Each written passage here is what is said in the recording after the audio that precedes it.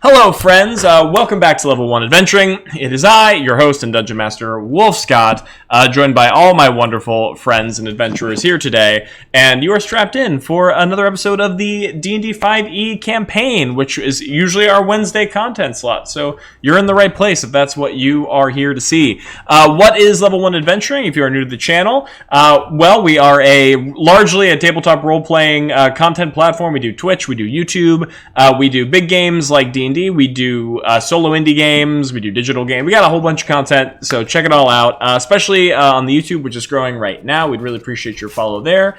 And on the Discord, where I share a bunch of homemade content. We're going to be playing some D&D there as a community soon, so it'll be a lot of fun. Hope to see you around.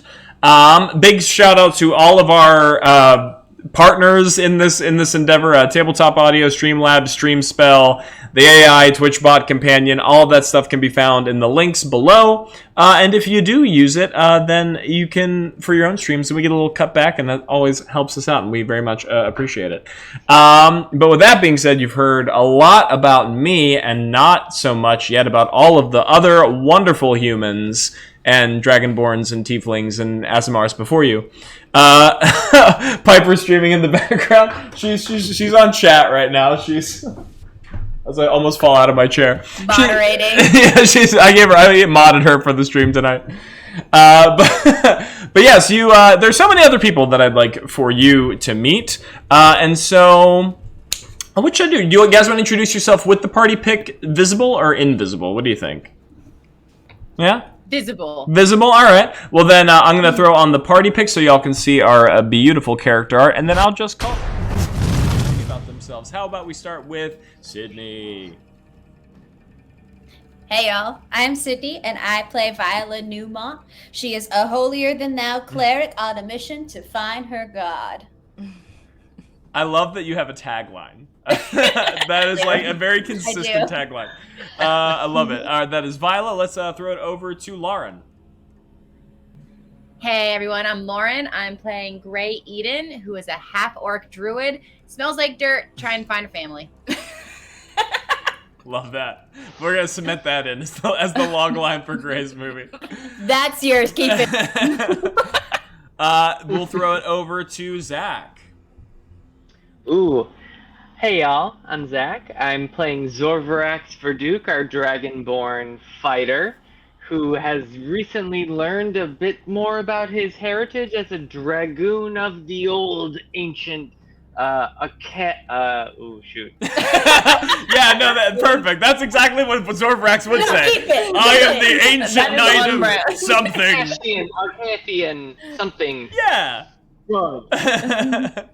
Excellent. And now we have Amber. Hey everyone. Wait, my Hey everyone, my name is Amber. I am playing Nadara Valier, our rogue Dro. Yeah, I'm excited to be here. Excellent. And then Kimani. Hey y'all, I'm Eaton. It's Kimani. I'm to the other side. Your handsome and humble bard. I assaulted a woman last episode, so that sucked. Where we are? Listen, you didn't. It was an accident. It was an accident, and you know she was causing trouble. It was a lot. It was very lost in translation. There's a lot lost in translation there. Not have it coming. That's true. And we also, I should mention that we should have a full stream today, but we might have Garrett coming in a little bit later. So most likely you will meet our Tiefling Wizard when he arrives. But until then, I'm going to go back onto our normal game time screen so you can see all of everyone's beautiful, lovely faces all grouped together. Full party. Yes, a full party stream. It's been a little while. But yes, those are the faces. Those are the characters. This is the adventure. Time to rock and roll. When we last left our intrepid heroes, everyone's favorite way to start. So for those of us who may be a session or two behind, the party has been in hot pursuit of the Forsaken, who are a group of sort of wizard outcast bandits. They've been expelled, for lack of a better word, from a very prestigious arcane academy and have been eking out an existence on the frontier with stealth and sinister spell work. They stole something something of great importance to the party, because the party has been transporting it for the services of the Valiants, who are a noble knightly organization that they've befriended, and also owes them now some money for all of the services that the party has been rendering up until this point. So the Forsaken had gotten away with this mysterious magical box, this little reliquary that no one quite knows what's in there yet, but we know that it's important. The party has followed the Forsaken back to their hideout, this little grotto carved into the side of a watery cliffside, and there's been a lot of misadventure in stumbling about, trying to discover new things, chase people down.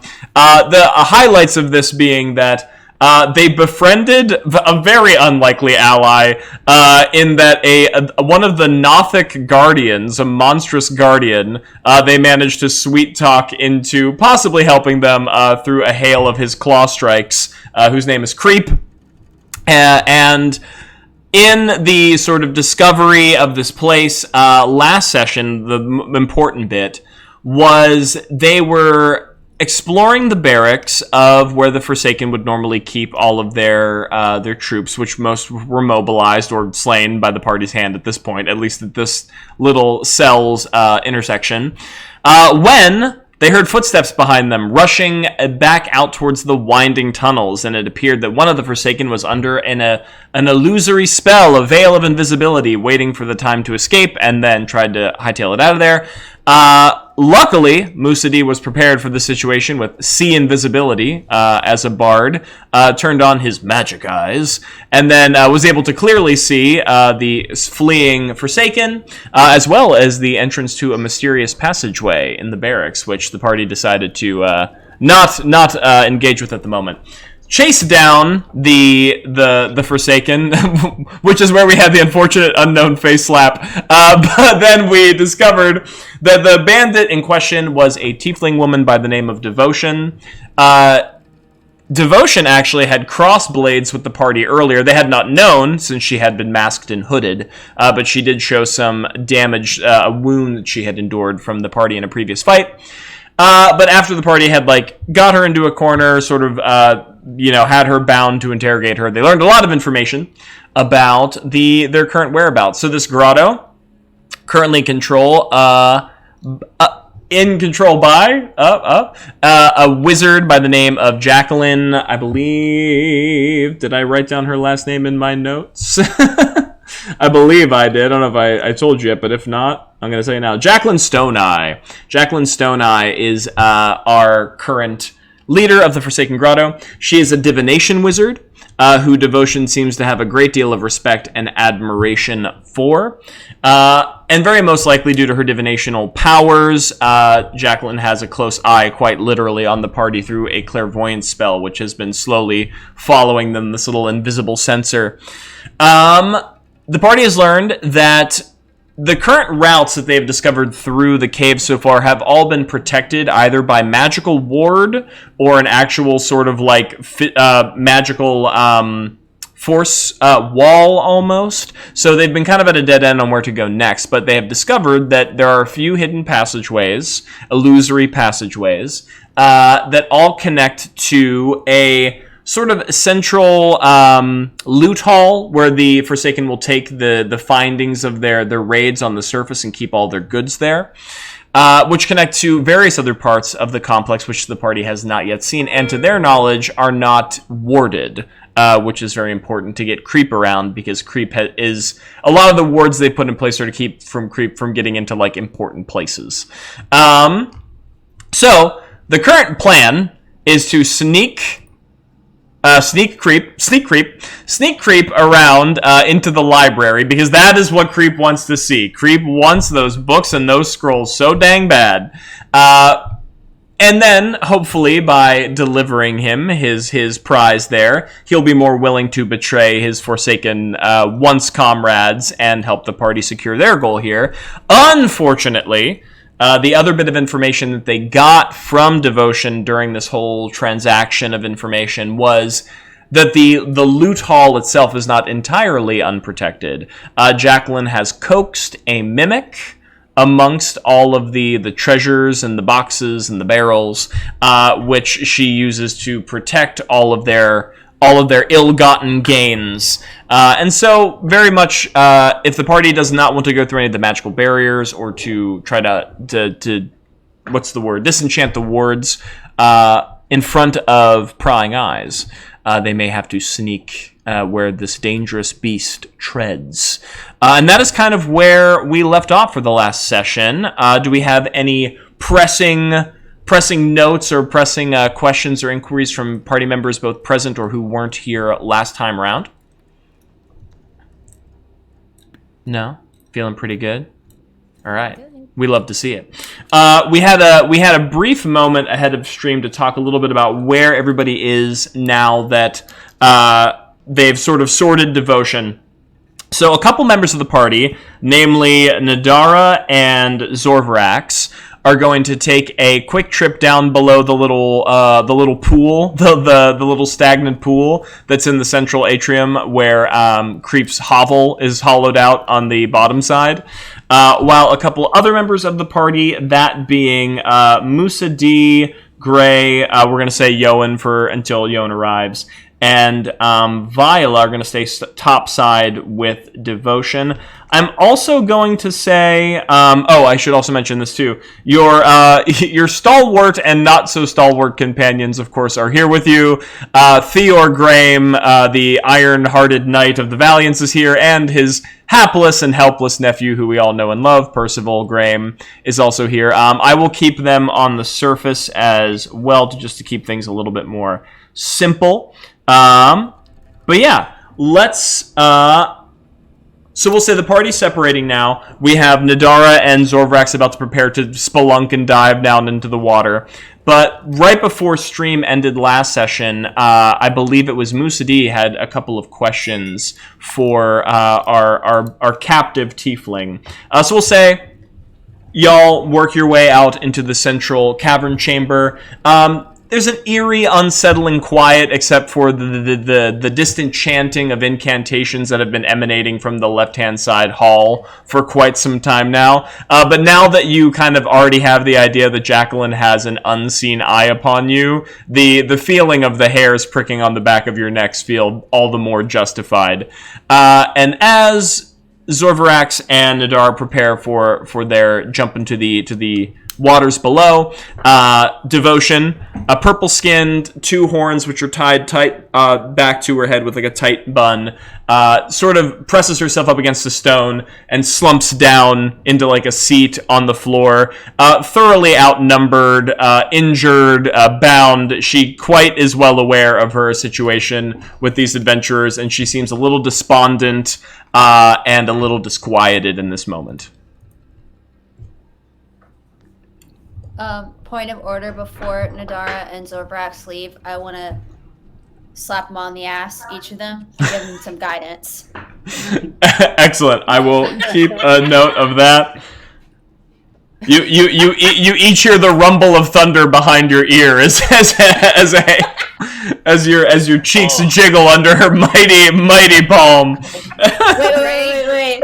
Instead of it like cracking like a smack, it's just I put thunder in right when contact happens. It just reverberates from the sound of thunder. The power of Tetrios. Ray considers to go that way too. That's how my blood goes, right? Human over. I'm a thunder dragon. That's true. Yeah, this is your natural element. This is. It's just like ooh. Like, Thank oh. you. That's all I say is thank you. I didn't hate that. If I can.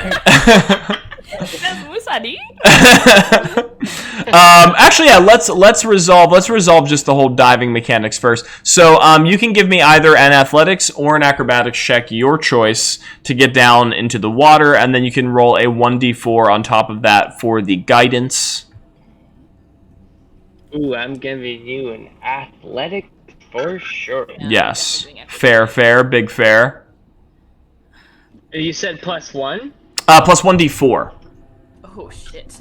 Plus 1d4? Okay. For the guidance. For the rumble in your posterior there.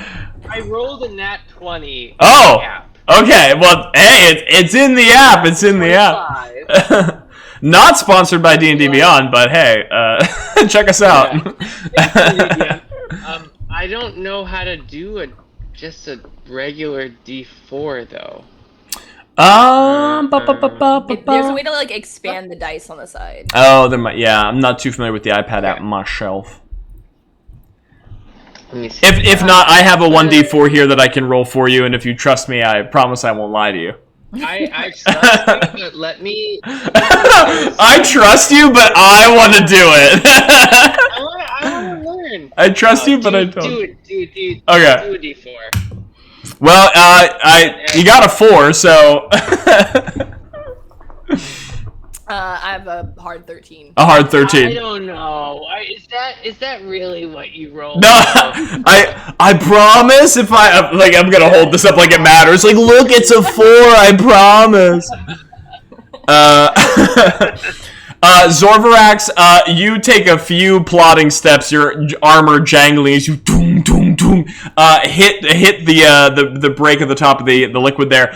Your weight and your strength cuts through it so profoundly that when you like sort of backflip your way and you're just pretty much like sliding through the current he's already created in his wake, just like a jet stream, and you find yourselves both appearing on the other side of the water slope below into Creep's hovel, and you can see Creep is being that Creep is much larger than this space would typically allow. You can see that he's like curled up in the corner with like all of his waterlogged books, which are like like the ink is like running down the side, and he's just like holding it sideways as that one gigantic eye is just like scanning the pages frantically, just sort of like. Just like so excited just to be interacting with the possibility of magic words, even if they're not entirely visible to him. Okay, so I'm the only one that can talk to him, right? Correct. So, and he speaks Thieves' Cant? He speaks Undercommon. Undercommon, okay. So I'm gonna go, hello, Creep. Long time no see. And you can, as he hears your voice, like the books, the way he's sitting in the cavern, his like back is to the wall, so his front would be facing to you, and the book is in front of him. So engrossed in his reading, did not even notice that y'all like entered his little space. And so when he hears Dara's voice, there's a ah! And he like grabs the book tighter to his chest and tries to like scramble further back. And, hello, lady, and like tries his best to like do like assimilate some sort of like gentlemanly bow, but there's just gangles of claws and spikes everywhere in his like tiny little hole. Allow me. Can I offer to take the books? Well, he can't understand you. So are you translating for him, Nadara? Yeah, I can do that. So I want to first bow back because we are about to ask me some just to hold them or to take them from him. You know what I mean? With your hand out, I'm gonna motion to Zorvax's hand and go, "Would you like him to hold your books for you?" Books? Creep's books, but Creep's never without the pages. As he like presses his cheek against them and like rubs his face against like the side of the. In common, so I can understand. It's all in Undercommon. So to you, it's just like. Zorvax and goes, I don't think he wants to give you his books. I'm here if you want. Well, are you ready to take a little trip with us? You found a way? Beyond? We do have to be a little sneaky, though. Oh! That's sneaking. Creep is sneak? Creep can't sneak? You didn't see Creep when you came in? You are absolutely correct. Oh. Creep is sneaky, Creep is strong. Creep will sneak, Creep will strong, Creep will do whatever lady wishes, and like tries to give like another bow and just like drops his books and then scrambles them back into his arms. An absolute mess. And just remember, we saw him before, right? Yes, but I'm gonna let him, have his moment. Well, yeah, big wink, like plainly in front of him. Which honestly, Creep would probably have no frame of reference over anyway.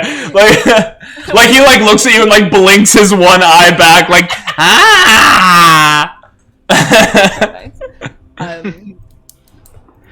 Now, just a reminder, we are going into some dangerous territory, but the reward at the end is as still as we promised, and a bunch of magical items for you, and yeah, are we ready? Oh, more pages! Glorious pages! You may even get something more than a book. What is more than book? I don't know, what can be magical? A bigger book? Oh, okay, a bigger book, yes. Also possible. Oh, Creep cannot imagine. As he's like looking at the dimensions of the book in his hand as if he might have not seen a bigger book than this. Looking quite mystified at the prospect. Alright, I guess, Zorvax, we follow you? After me? Alright, I will say, Zorvax, with your profound success before, I think there's no problem with you making your way back surface side, especially with Creep in tow, since Creep is very accustomed to getting up and down the waterway, so he can probably help you with very little effort. So we'll sort of table that scene and transition to the surface side party, and then we'll all have you reconvene once we have our scene topside conclude. So we have Devotion, who is seated rather dejectedly against the stones, looking sort of forlornly down towards one of the passageways. You can see that Theor, ever the justiciar that he is, sort of like walking toward her and like keeping a sword on his side and like almost like a bodyguard or like, an escort to a prisoner, just like keeping a close eye on her. As Percival is like kind of awkwardly standing a little bit to the side of his uncle because he wants to look like he's doing the right thing, but he's also afraid of messing it up. So he's just giving his uncle a pretty wide berth, keeping his hands at his waist and like sort of twiddling his thumbs. And then Musadi, I believe you had something for Devotion. Yeah, so given the opportunity, can I get down on my haunches next to Devotion? And first things first, can I offer some water from my water skip? Yes, absolutely. So yes, you hunker down, and as you're sort of crouching low for a second, like Theor steps forward and like sort of raises a hand and just says, "Be careful. She's bound, but not undangerous." Uh-oh. Surprise! Okay, everyone, enjoy your time as I copy Garrett haphazardly into place. The full party. Full party! I will say, I'm about to have a cool moment, and then Yoan just comes sauntering in. Right, this is what I'm talking about. This is exactly why there is a rivalry brewing here. Alright, if I go back to game time, does Yoan look like Yoan has been cut into place? It does appear that way. Everybody else filtering into place? Did I break everything, or am I a smart boy? Oh, I'm a smart boy! On those rare occasions where I'm a smart boy. Yes, you are getting close to Devotion. Yoan walks by you. There's a flutter of the cape. A flutter of the cape, and that's when Theor, once again, it comes a little closer and just gives you the warning, make sure you keep your wits about you. She's still dangerous. I give him a little bow, but I keep moving toward Devotion. And Devotion sort of raises her head, staring up at you as you approach. You can see there's sort of just you can't tell if it's like defeat or just malaise in her eyes, but there's a lot of energy and life that is left her as she's just sort of watching you approach. Have you come with more questions? So I asked her, Devotion, who were you before all of this? All of this, the cave, the magic. Who are you? Well, there was never a time before the magic, I'm afraid. That, I fear, was born in my blood. Elaborate for me. What do you mean? There are many ways that those can command the arcane in this world, as I'm sure you're well aware with your companions. Some teach themselves diligently by scroll, by page. There are some who broker strange deals, and there are some who are born and sometimes cursed with the gift. I count myself amongst the third party. Again, the third party being the curse? I am in the unique position that my magic, born of fell realms, is powerful, but it does have an insidious origin. I try my best to use it productively, but I am tiefling. I am connected to forces that have antagonized this world in ages past, and that is a burden that I must bear. And so is this why Jacqueline recruited you?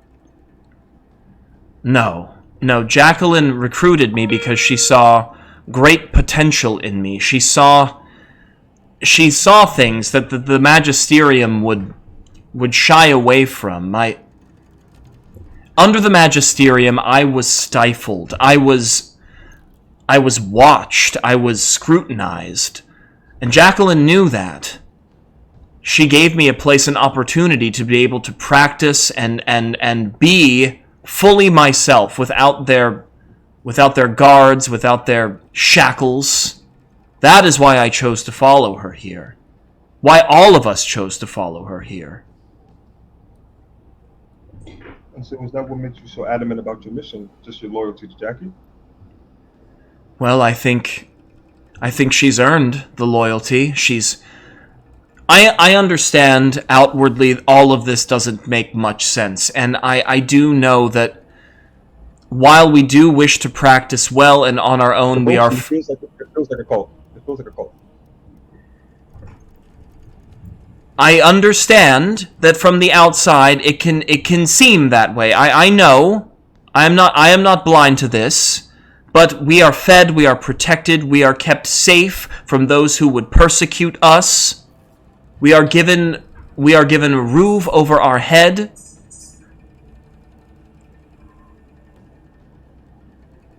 It just sounds like a whole bunch of rejects.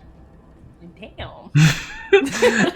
And to this she sort of scoffs and rolls her shoulder over. Of course. Now that sounds more like the language I'm used to. What, did you grow up in Virathon? Another trainee of the Magisterium? No, you're jumping the gun. I'm a reject too. Just a statement, just observation. All bunch of rejects in pain. You found a charismatic leader, and now you're here in a cave, in the dark, hiding. And then she sort of especially hearing you sort of liken each other, liken yourself to her. She sort of narrows her eyes and says, What are you driving at? What is the point of this? You trying to make friends with me after you've bound me, after you've already... And she sort of gestures towards her side where there's a bit of blood. After we've already traded blows, what good does this give you? Can Gray at the word friend just kind of perk up and look at her and go, friend? Yeah, absolutely. She sort of turns her head towards Gray excitedly and confusedly. Yes, that is the word that I just said. All right, Gray picks up on her tone and doesn't say it again. Viola walks over to Gray and sits down next to her and holds her hand. You did good. You did good. That was good. Progress. But the question still stands, Musadi. What is your aim here? It would just be very sad to see another beautiful woman die off of the charisma of a bullshit leader. Bullshit. And to this, she sort of lowers her head and sort of glowers you from the tops of her eyes. There have been people who have died here so far, and they were all my friends. As she cuts her glance back over to Gray. You will all still stand. It is we who have fallen by your hand. Because you stole from us, though. Is all theft to be met by death? I mean, if you don't give it back after we ask you nicely, and then we fight, and then you don't stop fighting, and you don't give it back, and then it feels like a natural progression. You could have turned around at any point. You chose to spill blood because that was the only answer you wanted. Okay, so you know how you like... blood. So you know how You could not be in cave. You chose cave. She's right. All I heard was cave a bunch of times. Wait, let's go back. No, she's right. Don't. Yes, we chose the cave. Where else were we to go? On the surface, in the Magisterium, we were looked at as failures. We were looked at as heretics. We fled because we had no other choice. We have come here to find some semblance of safety, to hone our craft in secret. We found something under Jacqueline's guidance which we believe to be important. I do not claim to know all of her machinations. I am not within her mind. But we followed her orders. We found the object. We brought it back here. At any point, you could have allowed us this treasure. You could have cut your losses, but you chose blood. Oh, yeah, and at any point, you could have chosen to give it back. Why would we do... Why would we not? Why would we just give it to you? We are literally going back and forth. And why do you take this gift? Why do you take this? For the payment, as she looks over at Theor, for the payment of the knights? For the payment of those who put shackles on the peasants? Is that why you do this? No, I do this because I made a promise. This is my word. Just as you have made a promise to this Jacqueline, we are also bound to our word. Do you expect us to have no honor and not finish the quest that we start? So your word is worth your blood. Okay, I understand. And just sort of your pride is worth blood. Just sort of settles back against the stone. I feel like you are perpetuating what you are upset about right now, though. I feel like you're sitting here saying that, everybody just thinks that we're bad people, and you are literally going around being bad people. We have only taken from those who have far more than they deserve. The Valiants, the Magisterium, they command powers over this realm that the likes of us could not dream in 100 lifetimes. Do you think that another great object of power, seated in a reliquary in the halls of some great sovereign, will do any more good than it would the people who are trying to understand it on their own terms? What are you going to do? People turn evil. Mm-hmm. What does Jacqueline want? I think that this thing is also more than you deserve, so I'd like to take it back. You see how that works? And to this, she just sort of shrugged her shoulder. Then I see that we are at an impasse. What a surprise! I would not have imagined that to be the situation. Do we know? Do we know what Jacqueline wants with it? I mean, no. The party doesn't even really know what it is at this point. Okay, Gray asked. Gray says, "What does Jacqueline want?" As I've said, I do not know Jacqueline's machinations. I am not within her mind. I have always trusted her because she has always done right by us. You work for her? Yeah, she has always done right by us. She has never led us astray. Why would that change now? Right, but when will you become a casualty to her ambitions? Right, what if you become just another casualty, another number, another soldier? Well, we were doing fine on the casualty front until very recently. Ouch. Or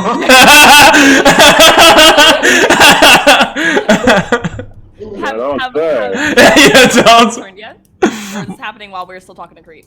I'll say there's probably been enough time, and I guess the party can choose too. At this time in the conversation, you'll probably see a splash from the water, and you can see Zorvarax's claws and then Creep's claws as they both push through the pool and then reach down and pull Nadara onto the surface. So at this point, you could probably use the situation to either diffuse the situation, be all right, let's just keep going, or if you want to press more, also feel free. Yeah, let's keep yelling at each other. Zorvrax is definitely, if he hears any of this, he's gonna be like, "You're welcome." I'm just like wringing out my hair and like noticing the tension in the room and going, so what are we talking about? And then like that's when Percy like slides over to Nadara. I don't know if this is the right time for levity. like as he's like crossing his eyes towards like the party.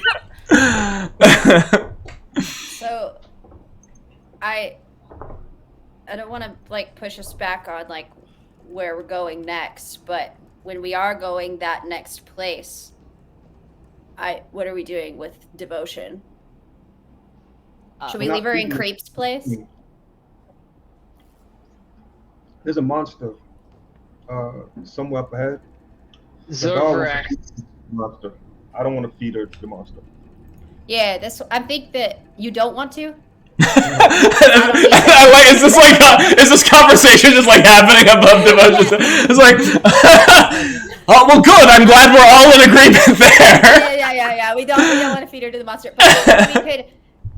Nadara, do you think it would be okay if we ask Creep if she could stay down in his place, so we don't have to take her with us, or do we want to take her with us as like bargaining?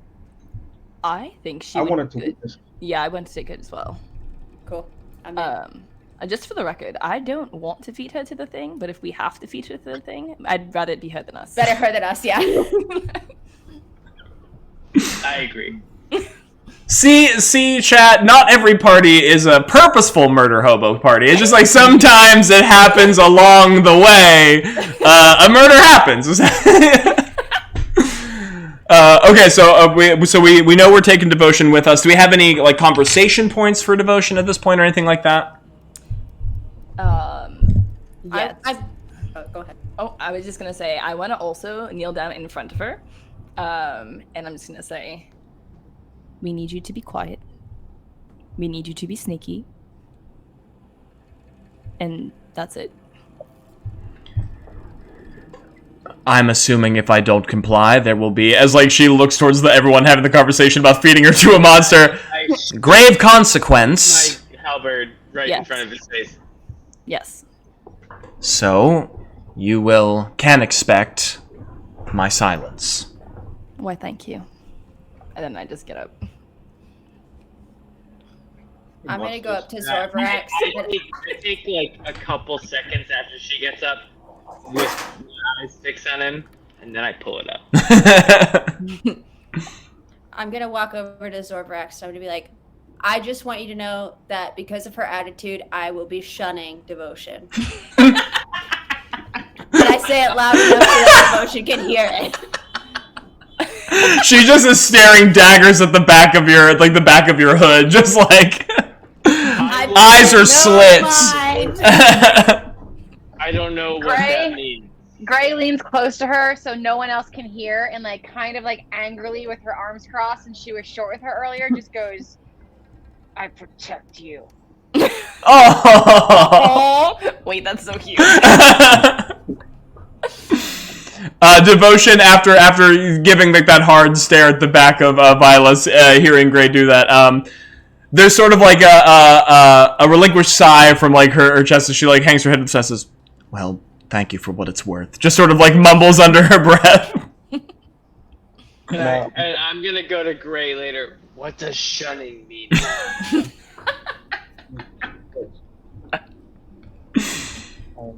And I'll gently help her up, and then let's get moving. Get moving. All right. So with Devotion I in. don't know what shunning means. Nobody actually cleared that up for me. Okay. Gray tells you what shunning means. Gray, who is nonverbal. I know, that's why.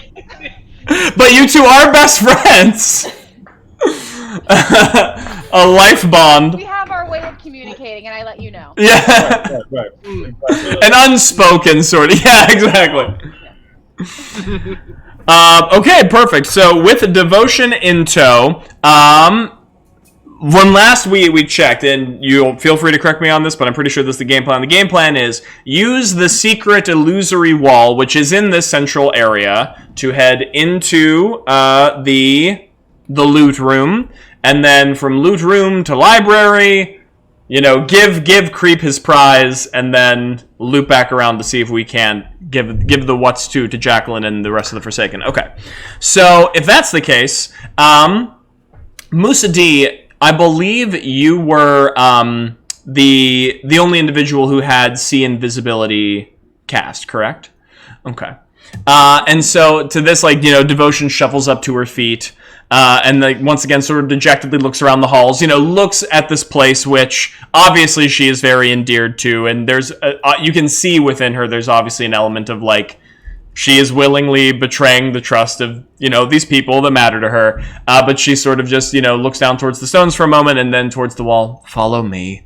And, begins to pace in that direction. And Creep, diligently and dutifully, hobbles up alongside her to, keep everybody corralled. Almost like a little, shepherd dog, trying to make sure that everyone is in, a nice little bundle. Musa D, as you approach the far end of the wall, Lil G says, protect Creep. Love Creep. I think yeah, we had a previous what was it, a previous message, if Creep dies, I will riot. I will unfollow. So we approach the far end of the cavern, where to most of your eye, just a solid slab of uneven, grayish, wet rock stands. But Musa D, with the symbol still blazing around your eyes, right in that ancient script, as you draw nearer to the stone, you can almost see there's almost the dripple of ripples on water, that's sort of the expansion of rings. And as the ripples expand outward and you draw nearer, the stone becomes almost translucent, until from behind the stone you can see a very large double door, not too dissimilar to the same door that barred your passage into the library. However, this one does not have a complicated locking mechanism on it because it's invisible. But to anyone else's eye, it would be not but a slab of stone. To you, however, it is in fact a proper barrier. I relay that to the group. There's a door behind locally wavy stuff. And as long as Viola's with me, on the doors with me, I'll open the door. I'm not doing it by myself. Okay. We got Viola. You feeling confident? Yeah, I'm in. All right. Got Viola. Oh, Zorbax. What kind of check would that be? As far as you know, it's not locked. I think it was more so that Musa D just didn't want to be the only one on the other end of the door to open it. Wanted someone on the other side of the double. I am there. Already in action. Yeah. Oh, you're ready in action? Okay. Yeah, if we open the door and we see something, I have my Warhammer out. So I'm ready to go. If there's something that I need to to slam with said Warhammer. Is this the door that leads to the monster? This is the door that will lead to, yes, the loot room, which as far as you know, also has a creepy crawly monster in it somewhere. Okay. But were we also not going to get Creep before we did this? Creep is with you. They already did. Oh yeah, you might have not. Yeah, you see Creep dutifully walking beside the magic man. I got a little distracted, and he's been so quiet, which is not like him. Yeah, it's really uncommon for Creep. Well, to be fair, he only really speaks Undercommon. So unless Nadara is talking to him, everything just wop wop wop wop wop wop wop wop. Yeah. He just standing there with his tongue hanging out, just a dutiful pooch. Just waiting. Oh, speaking of, I will turn to Creep at this moment right before we open the door and go, now is the time to be sneaky. Creep is shadow. Does this warrant any of my feat for Dungeon Delver? Ooh, it very well could. What is the, Are we about to, it's advantage on perception and investigation checks for secret doors and traps. If there's a trap here, it would help you discover it. Okay. So my biggest concern Just is saying that out loud now. my biggest concern, I can't see in the dark, right? So I can open the door, yeah, cool, but I can't see, right? So like if it's dark I behind can. me, Yeah. you like I you got can. you. Marilyn? Okay, perfect. Mhm. All right, y'all. Then I'm gonna open it. Okay. Okay. So Do it. I'm down. If I can help, I will. You press your hands against the large double doors as it creaks open. To the rest of the party, it almost looks as though the stones themselves press in and part, right, without the benefit of an illusory vision. But to Musa D, you easily push the doors open as you enter this next section. So this next room that you actually enter is quite small. It's quite cramped. You can see that this seems to be a smaller subdivision, almost like a holding room before you are opened out into the larger loot room proper. You can see there's another door over towards your left, which is leading into the larger part of the complex.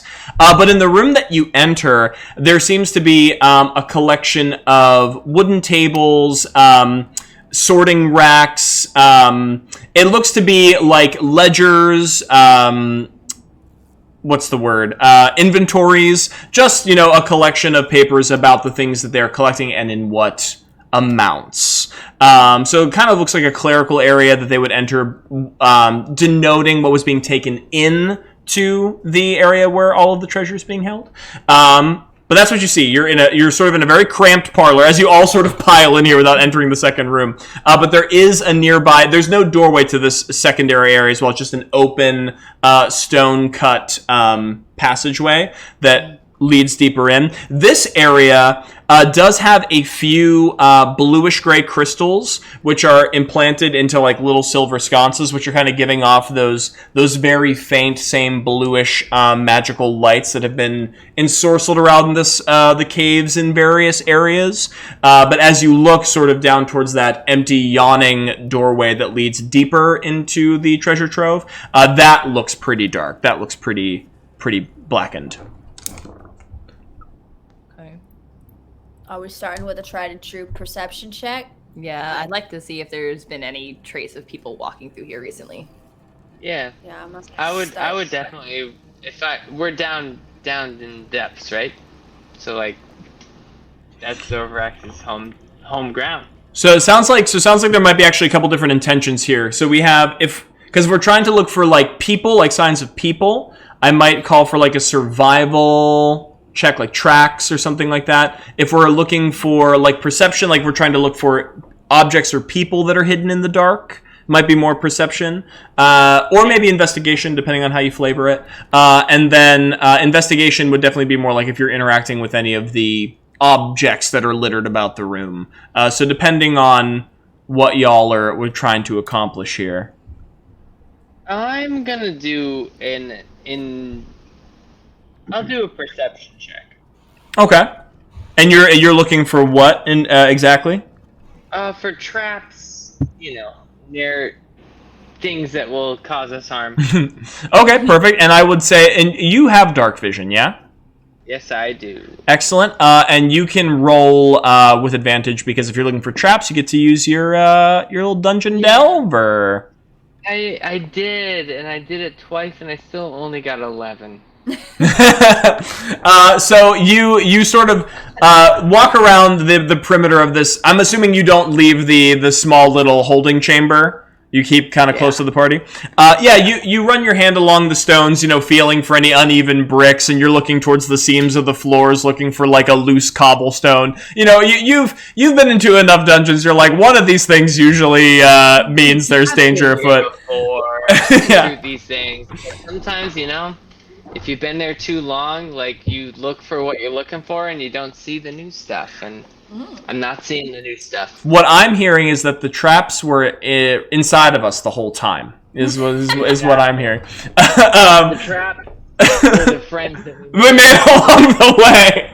Yes, but yeah, you take a look around. This area, as far as you can tell from your initial observations, considering that it has been already protected by like an invisible wall, it doesn't look like they've taken much further, steps to ward it by any means. So, looks pretty good to you. Yeah. Sorry, guys. Seems sad to me. there's a part of me that really wants to like cross-reference these papers with the treasure that's in the next room, but then there's also a part of me that thinks maybe the paper's the bad guy and it's just a trippy trap. The paper's a bad guy. That's a bad guy. So can I roll to see if the paper's a bad guy, or do I have to interact with the papers?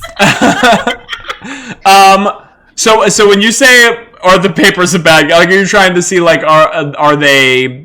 What are you trying to see about them here? Like, are they like the magical books from before, or are they something different, or?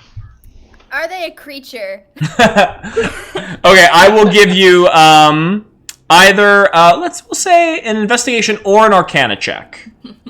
See, I'm +0 on both of those. We're doing straight luck, baby. Yeah. Yeah. A nat one. Those books like could be bad guys, but like they also could be good guys. That's Should have lied. Looks like a good guy to me. As you're looking at those books, Creep like comes up alongside you and like puts his arms on your shoulder, like peeks over your shoulder, like, Oh, books! Definitely books! I don't know what he's saying. yeah, it's just I'm gonna look over to Viola and go, he's very fascinated by the books. I'm gonna ask Nadara if we want to have Creep touch the book. You know, I don't know if we should sacrifice him quite yet. All right. Did I touch the books? Are you sure? You can see Creep is staring at. He has no idea they're not magic, so he is staring at them wide-eyed, and just sweat is like pouring down his leathery brow. Exactly. It's like. No. I would like to look for any signs of tracks or anything moving through this room recently. Beautiful. You can give me that survival check. Okay, I'm also not good at this, so also luck. Do I know anything with my see invisibility? Ooh, that's a good question. I would say give me a perception check, and I'll give you with advantage since you have that particular magical enchantment currently going. Oh, 17. 17, okay. Mm-hmm. And then what do we got from Musa D?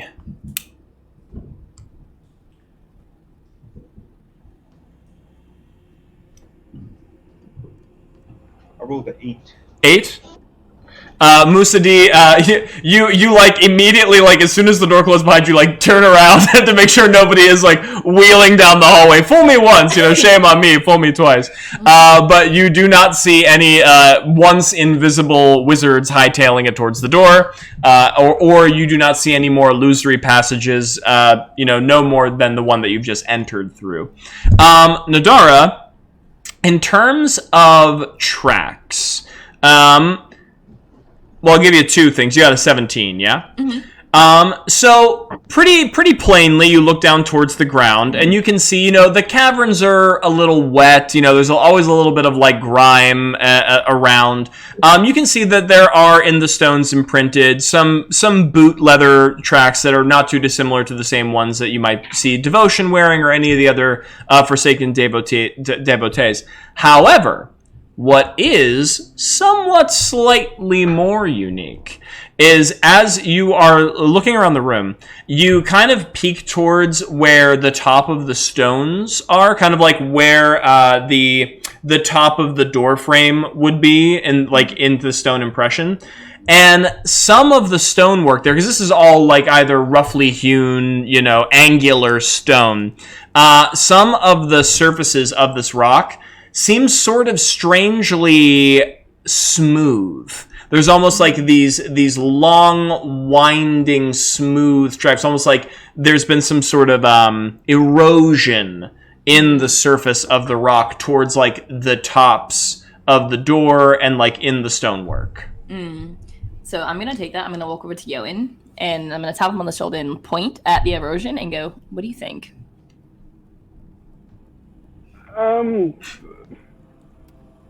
Doesn't look so sturdy, I guess. And he's gonna.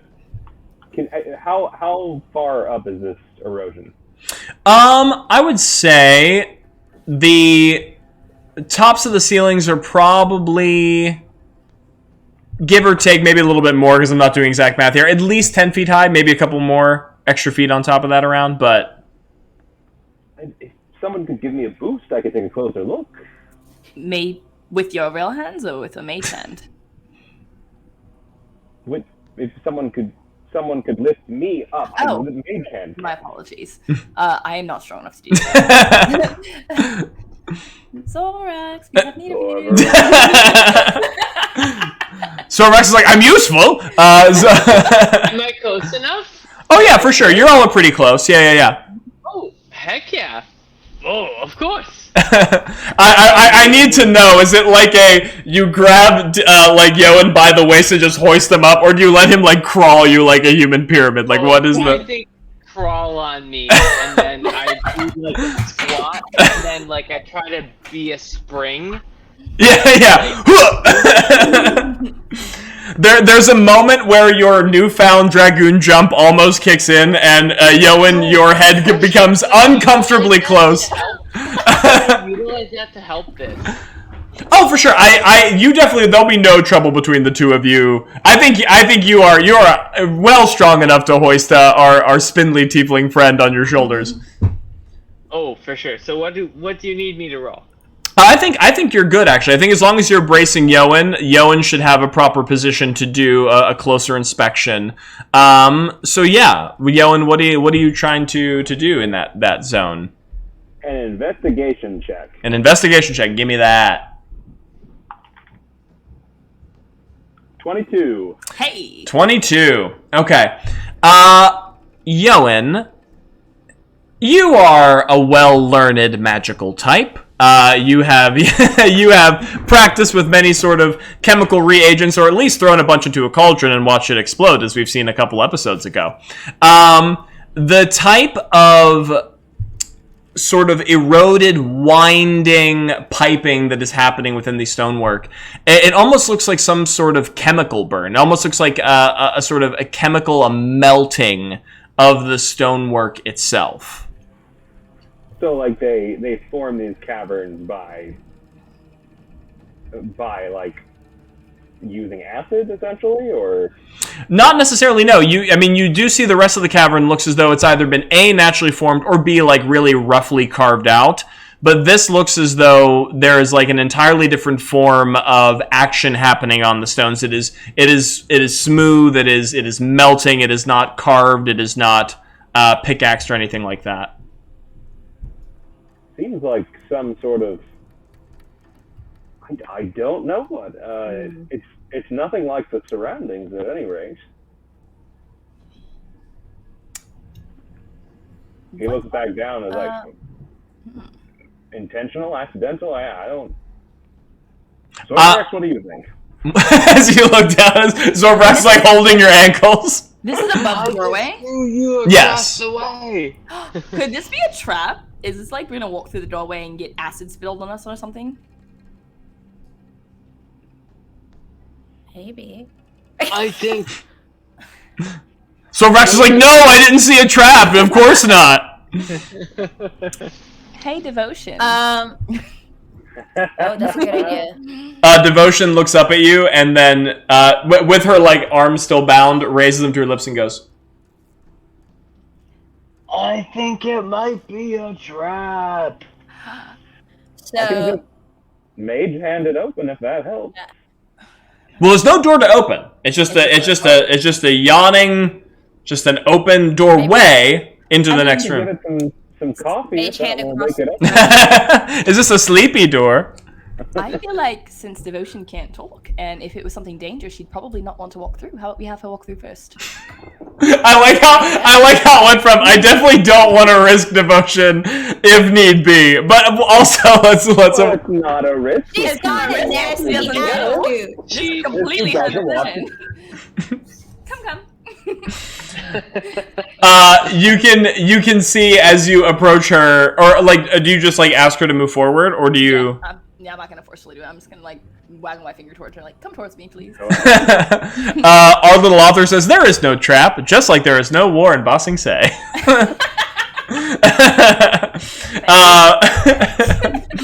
As you sort of beckon Devotion over, you can definitely see there's a bit of reticence in her step as she's like walking nearer, and not.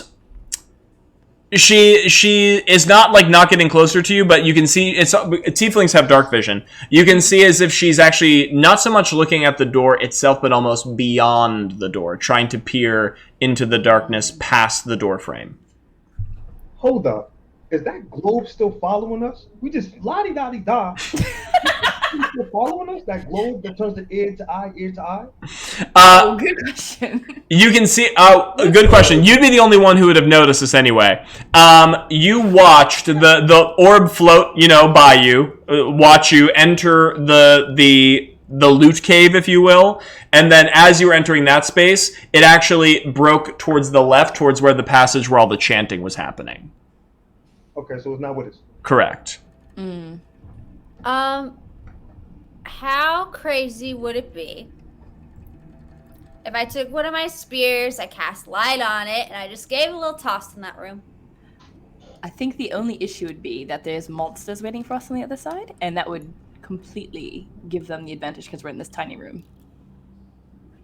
Yeah, but I think that we're gonna have to go in there anyway. You know what I mean? I'd rather fight them in the larger space. I don't know. Well, we could always go in there, but I say we still push Devotion first.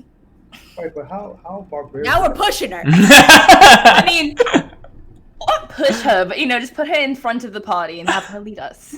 Right, but then let's say there's something, right, and she dies brutally cuffed, right? That's brutal. That's awful. Yeah, that's not a way to go. You're right. However, I hear what you're saying, but also... Yeah, but I think we have other solutions. Like, we could do, like, a mage hand situation or, like, throw something in there to see if it triggers something. I think we should before we even do a tell person. us just what this is. Right, so then I looked at Devotion. They're going to throw your ass in whatever that hole is. They're going to throw your ass in there. What is happening? What is down there? Give me a persuasion check. I feel like this is the best game of good cop, bad cop. Okay, I'm going to use, can I say now I'm going to use one of those, what's it called? Points of inspiration, just in case? Yes. Oh, Lil Jeezy, you got a point of inspiration from... I'm sorry, Lil Jeezy. Gray, you got a point of inspiration from Lil Jeezy. Thanks, Lil Jizzy. And they used my little emoji, the new emoji we got from our artist pack. Thanks, y'all. Oh, cute. All right, so I rolled a 19 plus 5. It's me. That's 24. 24. Okay. So very like hearing everyone considering putting her up first, and you being the person who, despite, some ill will, has tried to establish sort of the best rapport with her. She does move closer to you so that she can whisper without... Obviously, she's very fearful of whatever might be here. And she, leans in close and she says, "The creature that can disguise itself. It can also walk upon the walls." Oh, shit. Oh, hell no. Just casual Spider-Man. We established that's not another Nothic, right? Correct. Okay. Okay, so I look at her seriously to make sure I see any deception in her eyes. And I'm assuming I don't see any because I persuaded so well, right? Yeah, and then I look to the group. It's the creature. I'd ask you, not magic, it's that thing. Mimic? Alright. Mimic? Did you say it loud like that? No, I whispered. I said, Oh, no. Mimic? No, I said, Mimic! I was calling to it.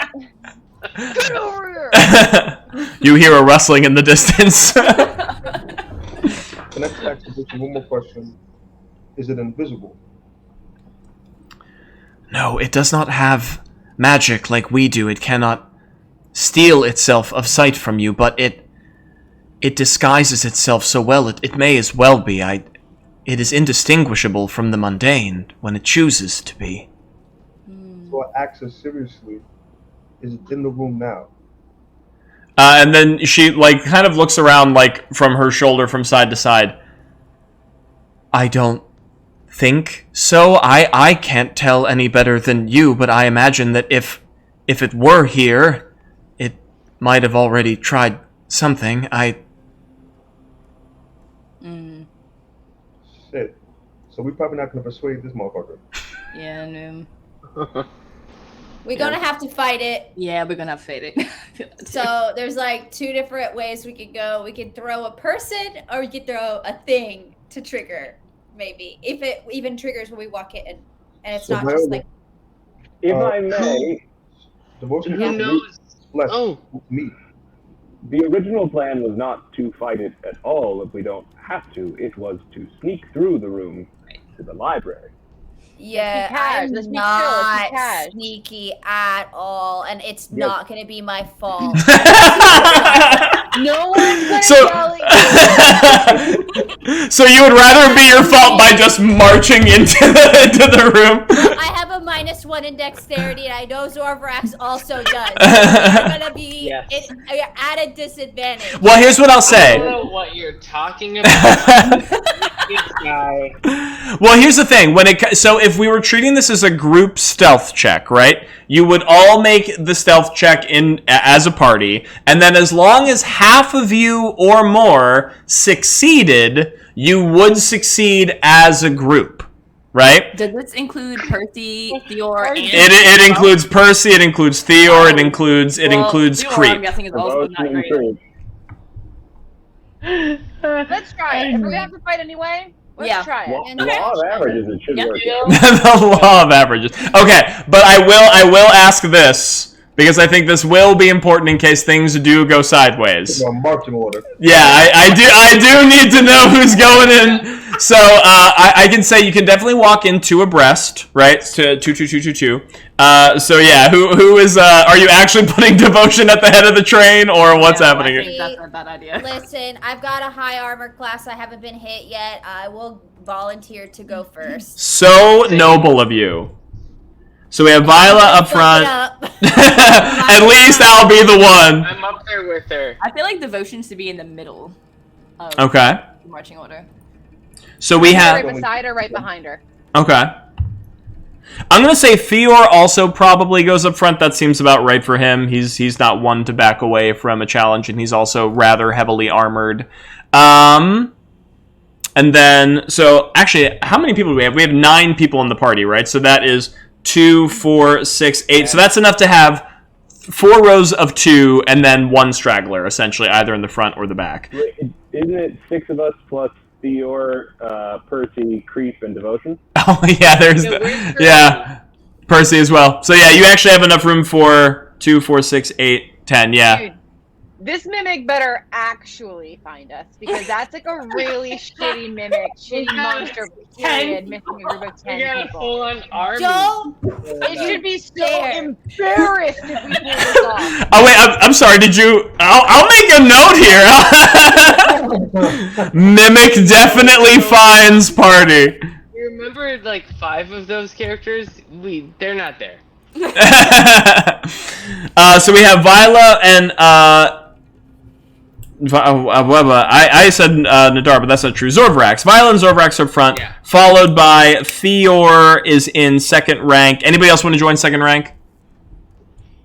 Or do you want to put anyone in 2nd rank? No. Percy. Percy, okay. Yeah, Percy will diligently come aside his uncle and hold his spear, wanting to prove himself in front of his of his far more veteran family member here. Percy and Theo, they both do not have dark vision. No, just I have these glasses which do help at a certain angle, but no dark vision for me. Zorvrax and I both have dark vision, right? Okay. Yeah. So No, actually, no, I don't think I do. I have dark vision, so I will I lead do the not party. think Dragonborn have dark vision, if I'm not mistaken. I'll put myself right behind Percy. Aw, give him a little boost of confidence there. So we have Nadara in 3rd rank. Who else? Yoan and Creep will take up 4th rank. Yoan and Creep. Yeah, Creep doesn't want to go too far away from Magic Man. Should we put devotion with Nadara? I won't kill her, I promise. As devotion looks over, what a comforting thought. I promise. Don't want to hear like. I'll be makeout right sounds in behind the back her. With her and Musa D. I'll be right behind her since I swore to protect her. There you go. So she could be next And to does that me. also make up the tail end of the party? Would Gray make the tail end? Gray would be at the devotion is currently is next to Nadara, and then behind them is Creep and Yoan. Okay, so then well, hold up. I really want to be next to her. Okay. I say that before we start. Yeah, only because I swore to protect her. So We can put Creep at the back end then. He can be the lookout on the tail. So it's gonna Okay, be Creep and Musadi in the back? Yeah. Hell yeah, what you mean? Yeah, Creep it's just like crawls over next to Musa D, just like smiles upward like Before we go, I'm gonna cast guidance on Zorvrax. Oh, do me and Zorvrax still have Thank you. was it blessed? Why? Earlier? Guidance still. it only accounts for I think the one check. So I think it's a minute long and then it's expended. Got it. And can I cast it on myself? You can. Yeah, you can. Boop. All right. Wait, So not me. It's you. Yeah, both of us. Yeah. well, It's a concentration spell. yeah, it has to. Yeah, so it only affect one. It's not concentration. Guidance is vision and sight, right? Oh, it is concentration. I'm sorry. I didn't open it. It's okay. Can I So then ask, I tap you. I give Zorvrax. Aw, thank you. Oh, I should all say too, and you. This might be a little convenient, but you can choose to use it if you want. I will say for all of the wonderful role-playing we did before on the surface, I'll give everyone a point of inspiration. If you're feeling frisky enough to use it now, you can. If not, you can save it for a fight that might start. But you all definitely earned a point of inspiration for talking with Devotion and learning more about... So frisky. So Frisky. when no one's looking, I also want to grab. Sorry, who are we dragging with us? Devotion. Devotion. Yeah, right. I knew that. He wanted to call her Evanescence. As a I wanna. What about her? I need to know. Is it because she's just like so emo? Like, she's like walking around under her breath. She's like, "Wake me up inside, wake me up inside." I want to also gently just grab her wrist for just a second. And Okay. also cast guidance on her. Oh, you know guidance as well. Wonderful. Okay. Great. So wait, what does that give? You'd roll a 1d4 on top of whatever you're rolling, but I think, are you giving it to Zorvrax or using it for yourself? Okay, yeah. 1d4 on top of whatever you roll. right before we go, is it okay if I ask Devotion, in the event that we fuck this up, does this thing have an aversion to fire? Is it prone to magic? Is there anything we need to know that can kill this thing? I'm gonna give Devotion a knowledge check on that to see if that is something in her wheelhouse. Make sure I have the stat right. Sounds. She just sort of looks at you with like a wide, blank gaze. I've made a point not to interact much with the creature. I know not if it is weak to anything. Do you know its name? If it has a name, then it is Jacqueline's pet. Okay. Gray's really starting to get nervous too, so I'm also going to go ahead and do Good Berry. Up to 10 berries appear in your hand and are infused with magic for the duration. A creature can use its action to eat one berry. Eating a berry restores 1 hit point, and the berry provides enough nourishment to sustain a creature for 1 day. They last for 24 hours. Who wants a berry? 10 berries appear. I give everyone a berry. No explanation. Can I immediately eat my berry? Because I am literally missing exactly 1 HP. Yeah, you could. Okay, great. Fantastic. I like the idea that Gray is like the mom friend who like packs snacks. That way, if anyone, She has a trail mix to give out. if anyone dies in this battle, they'll have a berry to immediately bring. Them That's back true. Except Take a Nadara, who centipede. just ate for. Yeah. What how much is it again per berry? Sorry. Just, 1. So it's literally just like if you fall dead, we'll be able to. You're alive. I'm curious, Gray. What do your berries look and taste like? Ooh. Oh no. They look and taste like gushers. Yes. Hey, Gushers, sponsor us. The level 1 adventuring flavored pack. It tastes like a Nothic and Gushers. So They just look like rocks. I mean, they do already. they kind of do look like rocks. Perfect. Okay, so I know we have 2 instances of guidance going on. We have some berries being passed out. Do we have any other sort of like points of order before you try and to sneak your way through the room? I think all that's left to do is roll those dice and see what happens. Oh, jeez. All right, so OMG. Okay. All right, I'm good at sneak, but I'm gonna immediately just use the inspiration just in case. Yeah. I did the same, and Yoan got a dirty 20. ooh. Wait, we're doing stealth right away? Just like that? Yes. I rolled a nat 20. So Ooh. I got a 28 total. So. Yeah. See, this law of averages, as Yoan stated, math is truly the most magical. Oh, I should state, if your armor is heavy as well, you do have disadvantage. So if you roll with advantage, it's just flat. So that is something to also account for. Sorry, what do we add to this? Dex? Still a 10. You're gonna roll d20, then your stealth modifier. I don't even see stealth on here. Okay. Should be there under, yeah. I got a 14. Ooh. Okay. I got a 15. Ooh. We got a 15, we got a dirty 20. Wait, Zorbrax, did you roll your extra d4? Oh, I didn't. Thank you. And so, Nadar, what did you get again? I got a Ooh, nat that's 20 a plus 13. Did you hear me? I heard nat 20. Yeah, I had a nat 20 plus 8. Oh, plus 8. Okay, yeah, you're good. Okay, so then the only person who I think I do not have accounted for then is Viola and Gray. I got 14. 14. I got a 10. Gray got a 10. And Did that's you hear with that I got little 13 Jizzy's and a reroll. Huh? Oh, wait, I am missing someone from... Who am I missing from me? I have Percy, I have Percy, I have Theor, I have Creep, I have Devotion, if I haven't called your name. Musa D, Yoan, Nadara, Viola, Gray. It's all we're Devotion. carrying. Evanescence. Yee, Zorbrax. Yeah, you missing Zorbrax. Oh, Zorvrax. Yeah, 13. 13. All right. Now everyone stick with me as I just double check the law of averages here. You can all, nervously fritter amongst yourselves as I quickly look at that. I'm gonna check all my pockets, make sure my daggers are in the right area, make sure my crossbows are ready out. So in the event that we sneak past said monster, is that now we then entering Jacqueline's chamber? Ooh. I don't know.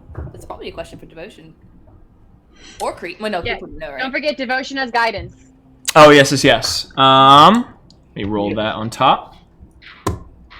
Nice. Which does change things. Oh, great. Fantastic. Okay. The party takes their very tentative steps into the darkness. As you do, those of you who are blessed with the power of dark vision can see that the area itself is mostly either pitch black or nearly dim from like the little bits of the blue crystals which are scattered about, which are emanating soft points of light. There are a just a wide assortment of barrels, of boxes, wooden crates, even like traditional chests and lock boxes, which are all scattered about the room and are piled up so high, some of them, that they brace themselves up against the wall. Some of these don't look like perhaps they're filled with grand treasure. Perhaps some are ration barrels. Perhaps some are extra bedding, supplies, etc. But it's a pretty claustrophobic space, despite how vast it is, right? You can also see, as you're wheeling around the corner, there is attached to that smaller little subsection of room, like the little legislative room, there is another stone compartment that has been carved out of the walls, which actually have some iron bars, which are laid across the front. You do not see anyone currently within those bars from this distance, but it does look like they do have a place to hold and question people. Could have maybe been you in a different life had things gone a little differently, but they do have that space, although it is currently unoccupied. The party is making their way, so there are two other entrances and exits to this place, right? There is the place you entered, then there's the one leading towards Jacqueline's chamber, which you can see does have some etchings across it to try and protect creep from getting into the special place. But then the other hallway, which leads to the library, is completely unenchanted, right? And so you're wheeling around the doorway, you're getting to these two areas, when suddenly... Oh god, no. There is a stir above your head as something shifts in the darkness. You see not one, not two, not three, but a multitude of tiny glowing orange orbs pop open like little bubbles, boop, boop, boop, boop, boop, boop, boop, which all sort of crack through the woodwork of a large stack of boxes that were nearby. As it opens its eyes, the box like breaks off of its hinges, showing that it's actually a giant pair of mandibles, which is just filled with razor sharp teeth. And as like it releases a screech, a large tongue that almost acts like a tentacle, like a pseudopod, like launches out of its mouth towards the unfortunately noisiest member of your party, Theor. Oh man. Theor wheels around just in time to hold up his shield, but we will see what happens after the pseudopod lands. That is time to roll initiative, y'all. As I put on some more. Be like 22. It was, well, like I said, more than half of you had to fail. So Nadara, you did really well, but unfortunately, it was not everyone else who were so lucky. Oh man. Yoan, you are here now. So, Emma, can I safely put Theor back in your hand?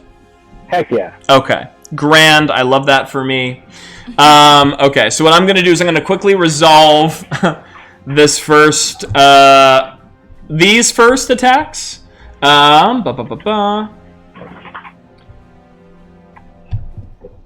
roll. Okay, that is going to be a... That's a 9 for me. Oh yeah, keep track of your initiatives, because I'm not going to count them right yet. I'm going to resolve this, but keep them in the forefront of your mind. That is going to be a 27 to hit. Oh my god. Nope. Theor raises his shield just in time to have this tentacle-like tongue smash upon the surface of it, and you can see he like tries to brace himself to hold against the beast, like, "Oh, you fiend!" and like reaches for his sword. And as he's wrestling with that, the creature opens its maw wider, and like Theor is picked off of the ground, like reeled up into the darkness as Kamani gets out of his seat. Theor is yanked up towards the ceiling, towards the darkness, as these massive jaws fall upon Theor. Theor is literally the most unlucky person I have ever met. Wait, just because he's met you, or just in general in life? I have no idea. But he got one shot killed by creep. Like, yeah, that's... What? Theor, so the first attack is going to be 10 points of damage, 5 piercing, 5 acid, as its drool, which is dripping from its mouth, you can see droplets burn and scar the stone.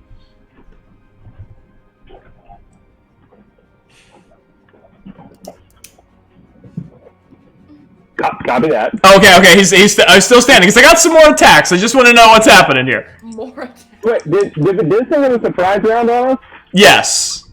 That's stupid. That is going to be... Oh god, I'm sorry, I rolled a 19 and then an 18 plus, so that's going to be 27 to hit. It's the same as last time, so no. Yeah. Actually, that would be 1 point lower, not that it matters, it's 26, unless you have anything else that can... Oh, now you mentioned it, that still hits. So as Theor is being, like, half chomped on by the Mimic, you can see out of its body, like, out of its wooden box-like disguise, another pseudopod, like, peels out and then begins to, like, wind around Theor and constrict. That is going to be... another... Make sure I'm reading this correctly. That is going to be 5 points of damage. Still alive, not looking great. Alright, and then the last attack that it gets in the round... Ooh, okay. That is going to be... That's probably not going to hit Theor with his plate. That's going to be 13 to hit. That's a miss. Okay, so you can see the another pseudopod like transmutes out of the Mimic's body and tries to get another angle on Theor, but still wrestling the beast in midair, his shield arm inside the monster's mouth. He finally manages to wrestle the blade out of his sheath, shing, and then manages to parry the pseudopod away before it gets purchase on his body. And then what else does the creature do? Because it attacked, but he still has... Okay. With Theor in his clutches, who's now 10 feet suspended above the ceiling, the creature is going to move. You can see as it's like stuck up against the wall pretending to be a box, half of its body, which is still like shattered in darkness, is like partially boxed, but is also now fused into the wall, right? It's like this liquid transmutated body. It's like what allows it to stick into the surface of the wall. You can see more of that lumpy, like viscous fluid of its body begin to stretch across the stone as he's carrying Theor on, like away from the party, holding him on the ceiling as he's trying to like go deeper into the cavern complex. So that is going to be... Can he break line of sight? I believe he can. The mimic is the mimic with Theor in tow is going to slurp and slide its way across the ceiling as it heads towards where the prison chamber is and slinks underneath the bars and like pulls him into the darkness and then makes a stealth check. And that's the Mimic's surprise round. So now y'all get to roll initiative and we get to see what actually happens. What's his stealth check? You don't know. Cool. Well, no, so then I guess we have to... Do we have to roll perception to find... See, okay, cool. Alright. So I'm gonna... Wait, is Theor still visible, or did he, like, hide him, too? Yeah, he's taken him along for the ride. I might give you some advantage on the check since, you know, Theor's not actively trying to hide. But yeah, essentially he's trying to pull Theor into some dark corner of the cavern and finish him off before the party has a chance to find him. Well, wait, guess we gotta keep pushing south. No, Percy's like, Uncle! An 18. Okay. My initiative. An 18. I also have an 18. Ooh, okay. So then who has the highest dex mod out of the two of you? Probably you, I would assume. My dex is Not high. It's -1. I have 0. Okay, so me. Yeah. You win. Yeah. Oh, sorry, on mute there, Amber. Or at least I didn't hear you. 7? Mm-hmm. Okay. I got an 8. How did I roll better? This is the worst With initiative my I've ever rolled. -1. Violet 8. Okay. Musadi and Yoan. After you. Sure. Yeah, of course. So let's go. 12 for Yoan, 16 for Theor. Nice. 14. Okay. It's like a troll. And then... Okay, so that means the official order... Ooh, okay. The official order of everything is going to be Creep at number 1, Gray, Creep. Zorvarax, Theor,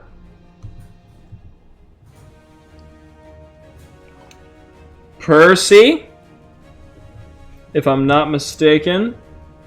Who am I Is at? Devotion in this lineup? Yes. And is Devotion still bound? Yes. Right? Oh, yes. shit, okay. Yeah, and Devotion did roll pretty badly, so she's second to last.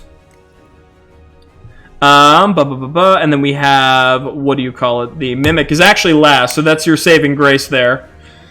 So then the only person that I don't have, I have Creep, I have Gray, I have Zorvarax, I have Viola's an 8, and then Nadara is a 7. And then, who do I not have? There's someone... City.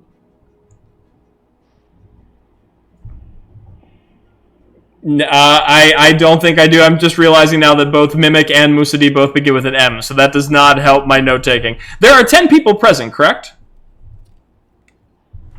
10 Yes, party members 11 and with the mimic. 11 with the Yeah. Mimic. That's where my math is wrong. I didn't account for. That's why I'm confused by these two M's. Okay. Mimic. Everybody except the mimic got 1 berry. You sure you don't want to give the Mimic a berry?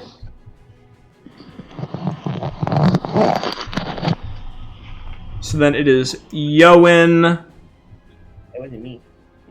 Musadi, Yoan, Nadara. Okay, so I'm pretty sure I'm correct on this. Sorry, that was a lot to keep in count of. I'm not used to having so many NPCs following our party members. If I'm not mistaken, the final count of initiative should be Creep, Gray, Zorvarax, Theor, Percy, Musadi, Yoan, Viola, Nadara, Devotion, and then the Mimic. Wow.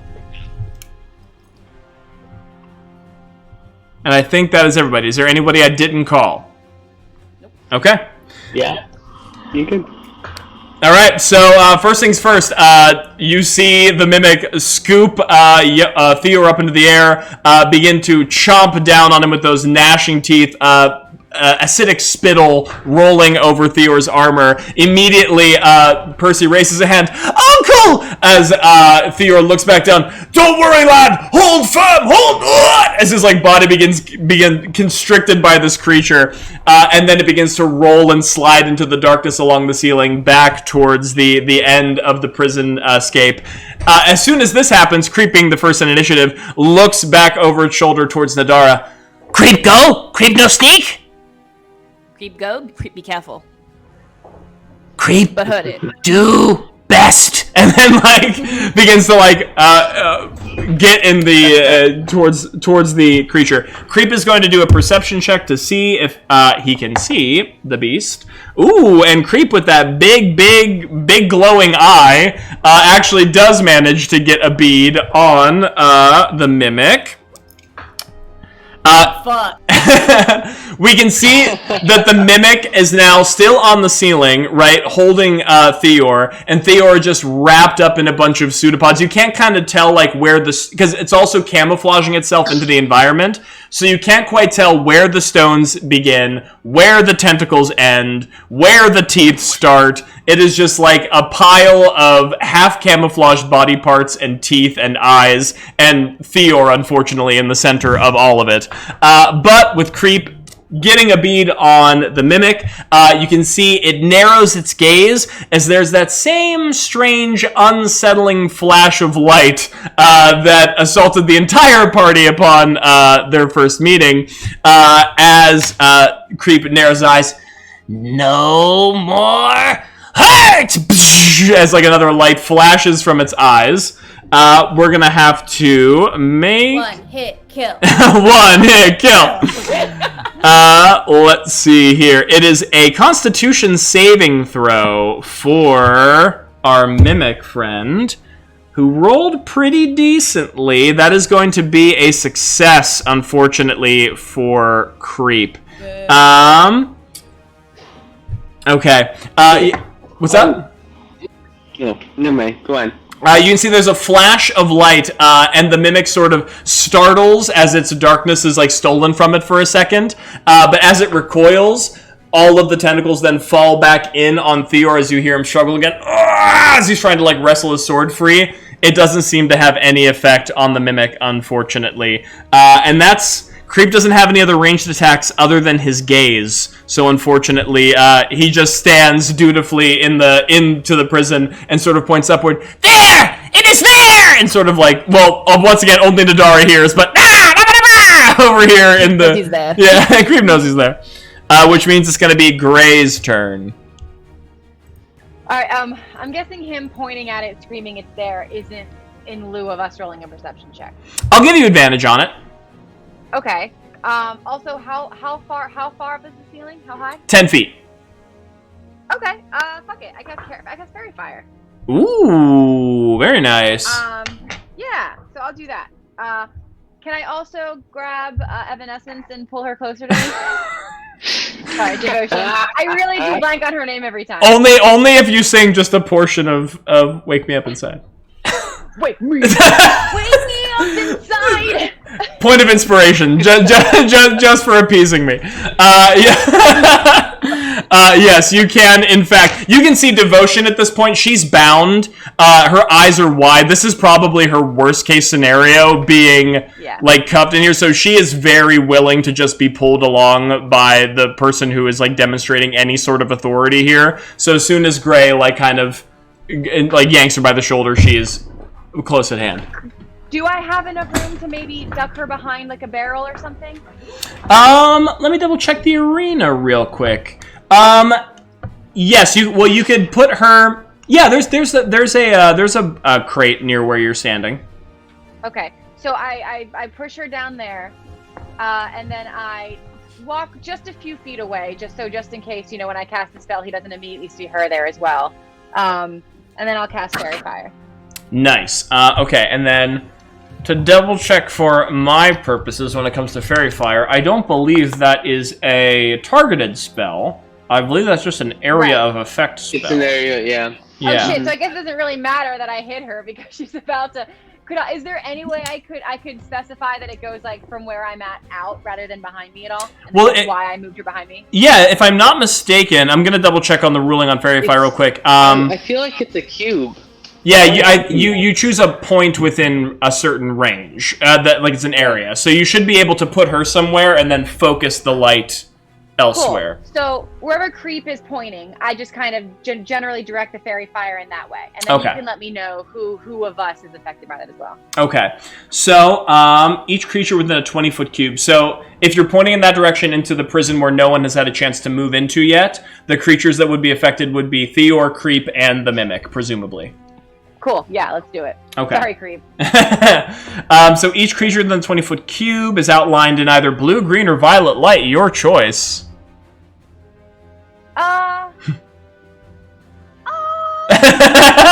The question of the day: what light do I turn all my creatures? Let's do violet. Violet light. Okay. And then. Great choice. Theor need to make this save. Ooh, yes he would, but he is currently grappled, but I think it's only restrain. Yeah, let me double check. I don't think the effect is a true restrain. Is anyone gonna actually target Theor? The Mimic will. Yeah, the Mimic will. Right. Pseudopod. Subject to the adhesive trait. That's assuming the Mimic's gonna survive. So survive the onslaught. You know what? I'm gonna say he is only on the grounds that like the Mimic's body is literally an adhesive. So yes, he is grappled, but also as soon as he is touched, he is glued to the creature essentially, which I imagine would be very difficult to wrangle yourself out of. So I'm going to say that yes, as long as Theor is subject to the adhesive trait, which he is right now, that is also considered a restraint as a part of the grapple. So dexterity disadvantage.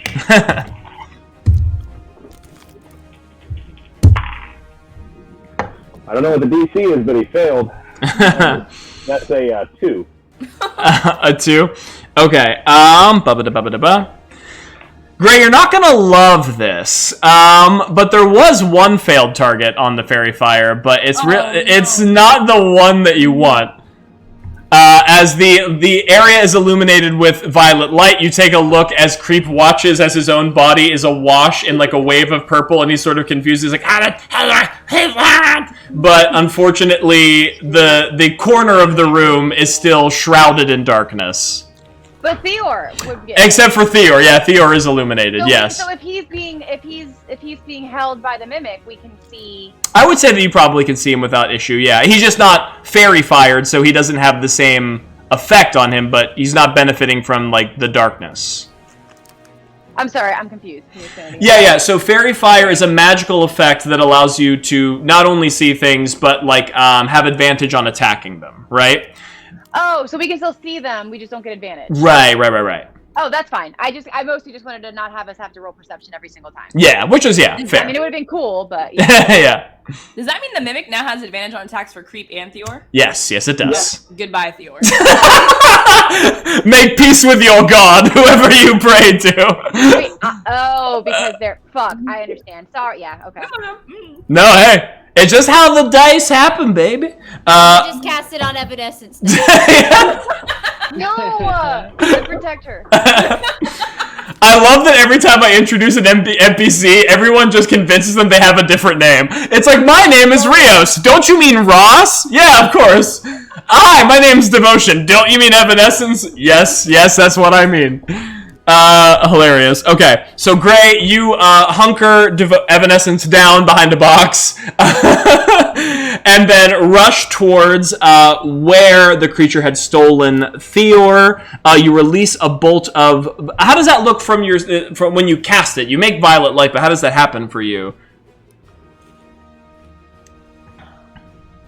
It kind of starts as like little teeny streaks of lightning. And then as it gets further and further away from me, it kind of shoots out, forms a 3D dimensional square for just a hot second, and then kind of implodes inward on itself, and then the outline of everything else remains. It becomes very geometric for a second, and then it's like, perfect. So, so as the dust clears, or the lights fade, I should say, Theor and Creep are illuminated. The creature is not, but you can still see them using your normal vision eyes. So Zorvarax, I should also be telling people who are up next to be on brand. Zorvarax, you're going to be up next, and then Theor, you're on deck. Cool. So, the creature is not illuminated, you say? Not illuminated by fairy fire, so you don't have advantage on the attack rolls against it, but because it is holding Theor, and Theor is a light, you can clearly see the creature where it is. Yeah. And so I think Zorvarax would run right up to that creature, holding his friend, and "You shall not hurt my friends!" and slash. Excellent. Do you have a weapon that has a range beyond 5 feet? If you're doing a melee strike. Oh, that's right. I believe that does have a 10-foot reach. So yes, you may thrust your glaive nobly skyward towards the top of the stones. Let me double check. just to be safe. Kimani, I feel like I know why you're laughing. I feel like I know why you're laughing. Oh, he got that reach. He got that reach. Do I get any bonuses because it's glowing or no? No, it's not affected by fairy fire, unfortunately. So that is going to be a 15 to hit. A 15 to hit. And as I quickly consult my notes, yes, your blade does in fact strike the semi sturdy. Half of it is like looking like a stone patchwork in the ceiling. The other half is looking like dripping ooze. It strikes something and begins to loose some of that shape-changing flesh. And it strikes for a 8 damage. 8 damage, beautiful.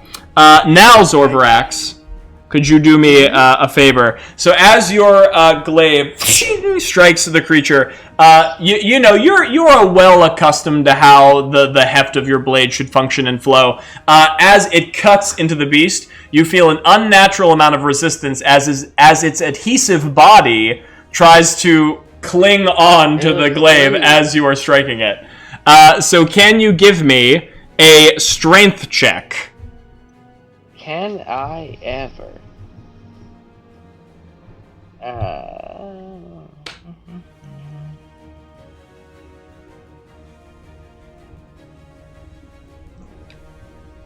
Just straight up strength? Athletics, sorry. Oh, okay. I mean, probably the same. It's gonna be an 18. An 18. You cleave through the flesh and you continue to pull the glaive down, and you can actually watch as like the place where you struck into the beast has like these long, stringy, gummy strands of like shape-changing skin across it, trying to like pull it back into the ceiling. But you flex those big old dragonborn muscles and you peel the glaive away, and you manage to keep hold of it. It is not stolen from your grasp. Ooh, but I relate. Everyone, look out! This guy's gummy. He's a gummy, good boy. Gummy boy. If I titled each stream individually, that would be the name of it. Hey, everybody, look out! This guy's gummy would be the name of this episode. That's the YouTube. Yeah, that's YouTube. He's a gummy boy. So that means, do you have anything else? You moved, you struck. Do you have anything else, Zorvax, that you would like to do? And I think I would like to save my extra strength for later, so I'm good. Okay. So that means Theor wrestling within the beast's grasp. It is now your turn with Percy, who is just knees are buckling in, eyes wide in terror, is up next after Theor. Theor is going to make an athletics check to detach himself. Yes. Does not go well. 9. 9. Yes, Theor, you struggle valiantly against the sticky grip of the mimic, but with it's like quicksand. As soon as Theor manages to like wrestle his arm free, you see another part of him get like slurped deeper into the maw of the beast. Slurped. Really can't do anything else, but he is going to growl out, "Drop the bloody spell!" Alright, so that's all for Theor? That's all he can do. Alright. That means Percy is next, followed by Musadi. So Percy, bless Percy's heart. You know it, you love it, his favorite ability, live another day. Upon rolling initiative, Percy must also, is stricken with the frightened condition. So long as Percival remains frightened, he has advantage on all stealth checks made to hide from enemies. So Percy is going to... You know what, I'll give him a chance, since this is his uncle. This is kind of a make-or-break moment, I think, in Percy's personal narrative here. We'll give him a moment to see if he can break out it preemptively. So that would be...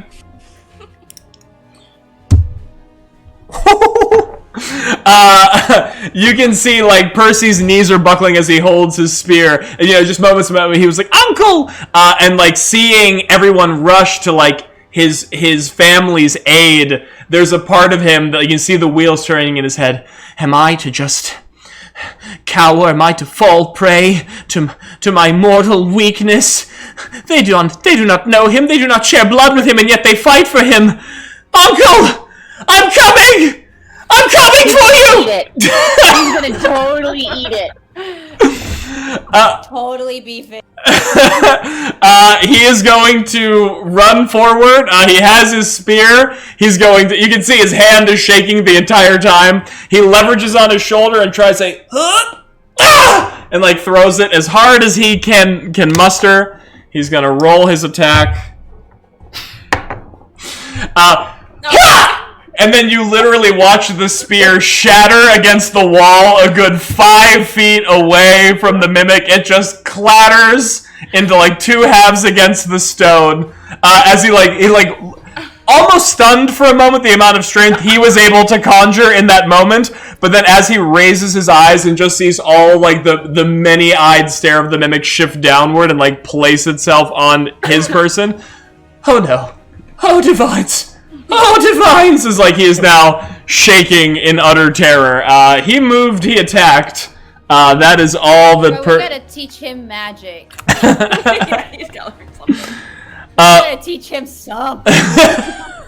What? You don't think that was an intimidation tactic? That was luring the creature into a false sense of safety.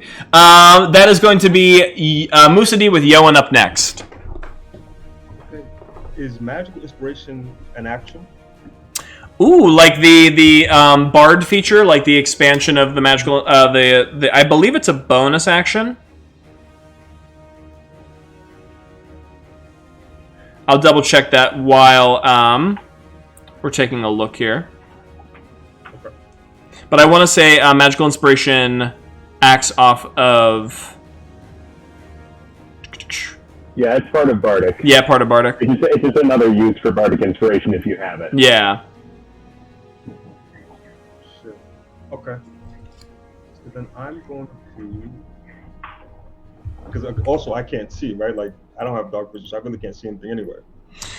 You could move closer. You do see like the faint violet light from your position of Theor and Creep.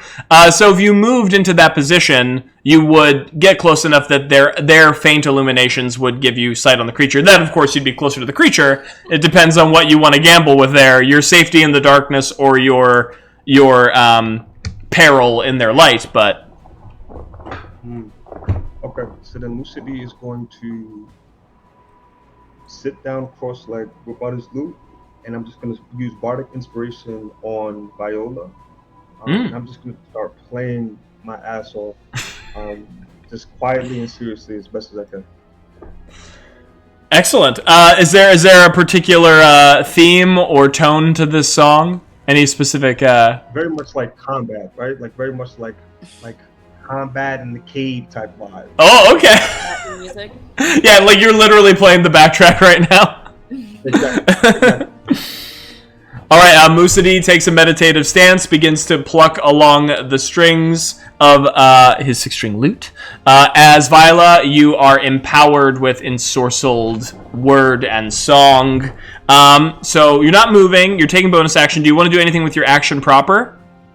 I just really don't have anything, so I'm going to lay low for now and watch the scene do its thing. Okay. That means, Yoan, you're up, and then Viola's up next. Can anyone get a bead of firebolt on the mimic? Yes. I would say from your current position, where is your little guy? There. Where's everybody's little guy? Here's your guy. I would say from your current position, you would be firing with, because you're kind of like firing in through the bars. If you wanted to get closer to like possibly cut down the cover from that, you could. I would love to do that. Okay.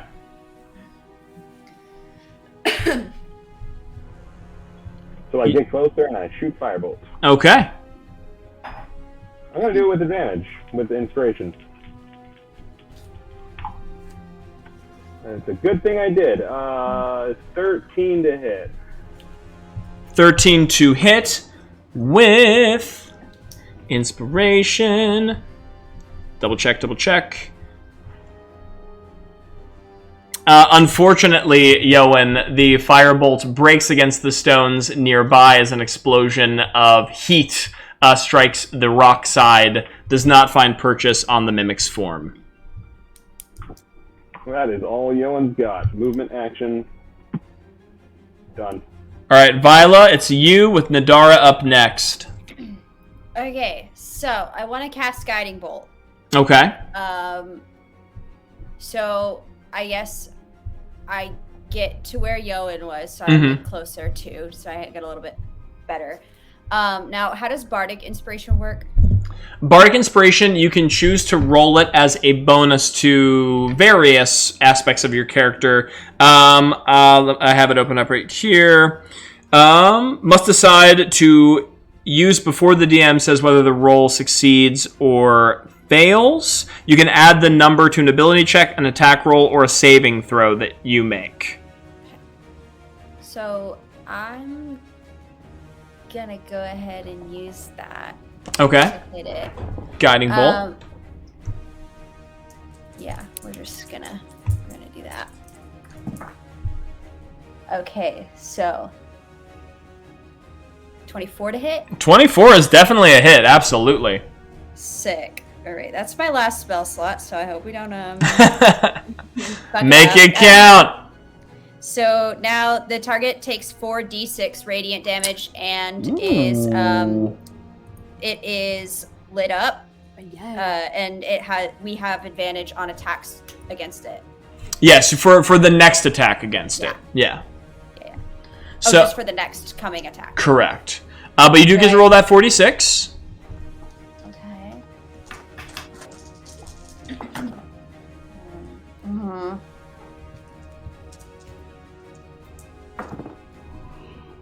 9. 9. Great, but Hey, a point's a point's a point's a point. What is your guiding bolt conjure as? Oh, I think you're on mute there.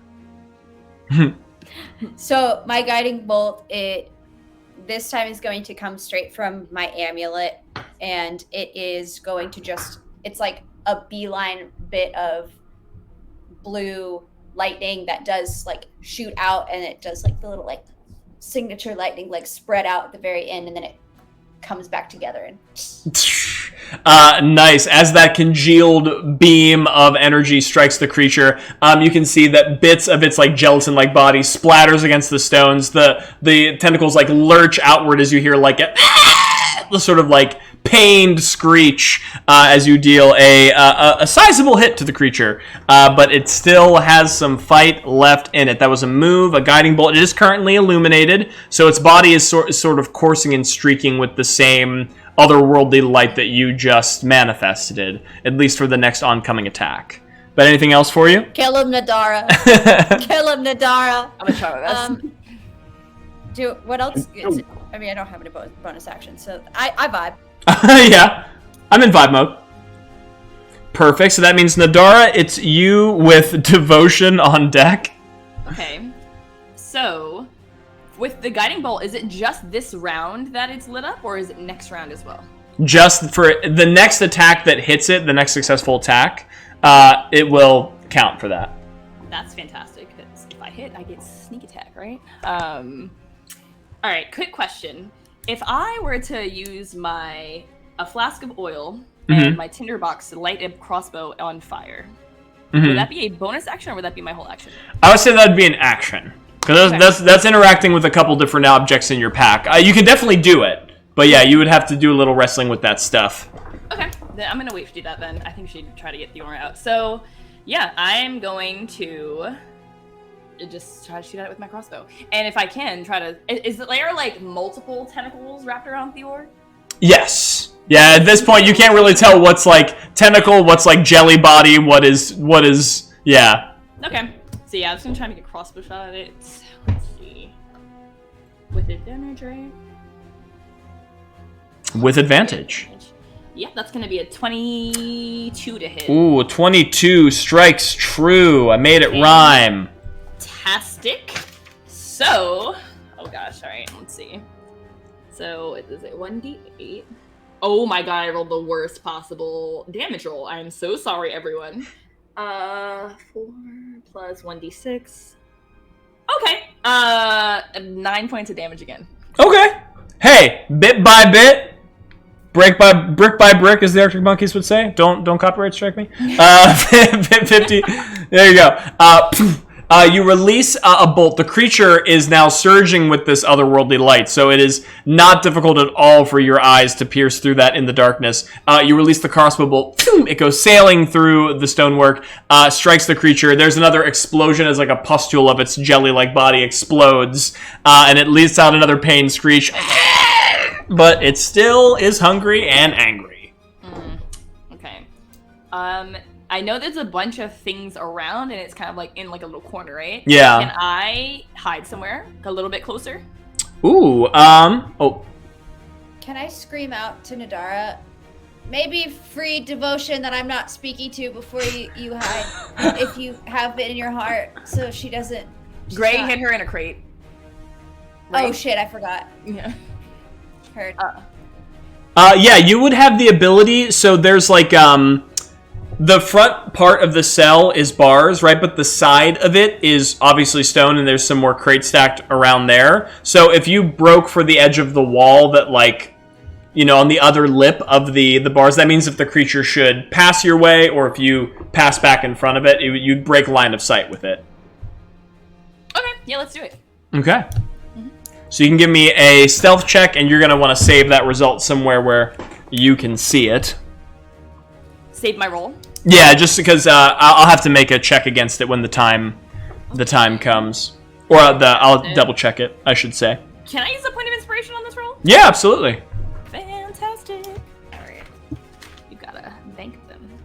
So let's see. Stealth check. Oh, fantastic. Okay, cool. I got it. Should I tell you or keep it to myself? I would just save it for now. And then if it becomes relevant, since we don't know if he's going to see you this coming round. Devotion is going to... Devotion still has eyes on Gray. So here's what I'm going to say. Devotion is hunkered down behind the crate and is shaking and is scared. And everybody's rushing into battle, and she's by herself, kind of like bound and roped up. Gray, she locks eyes with you. Because you put her there, and Musadee is currently playing, so she can't make eye contact with Musadee. And you definitely get the sense in her that she is fight or flight right now. And if everybody is engaged in a fight, there's a chance that she could escape. But looking at you, she's like trying to get like what's the word? The inspiration to stay, or should she cut and run? So I'm going to let you determine what skill or like what you could probably decide would help bolster her courage. But right now, she's feeling a lot like mimic food. Oh, sorry, you're on mute. What if I tied her to me? I uncut her hands, but then I attach our hands. Well, so you're separated by a certain amount of distance right now. So this is her action. So this has got to be like a word I say. Or something. Yeah. Okay. I hold up the berry that I have in my hand, and I say, "You are safe. We keep you safe. I keep you safe." All right, that sounds like a persuasion check to me. Oh shit. Okay, hold on. I mean, I don't really know what else I could. Hey, your call. I mean, I'm really good at intimidation. It's just that's so against what I want right now. Ah, shit. Do you have I'm ready to roll. Do you have inspiration? Could help if you do. I do. I have 2 inspirations.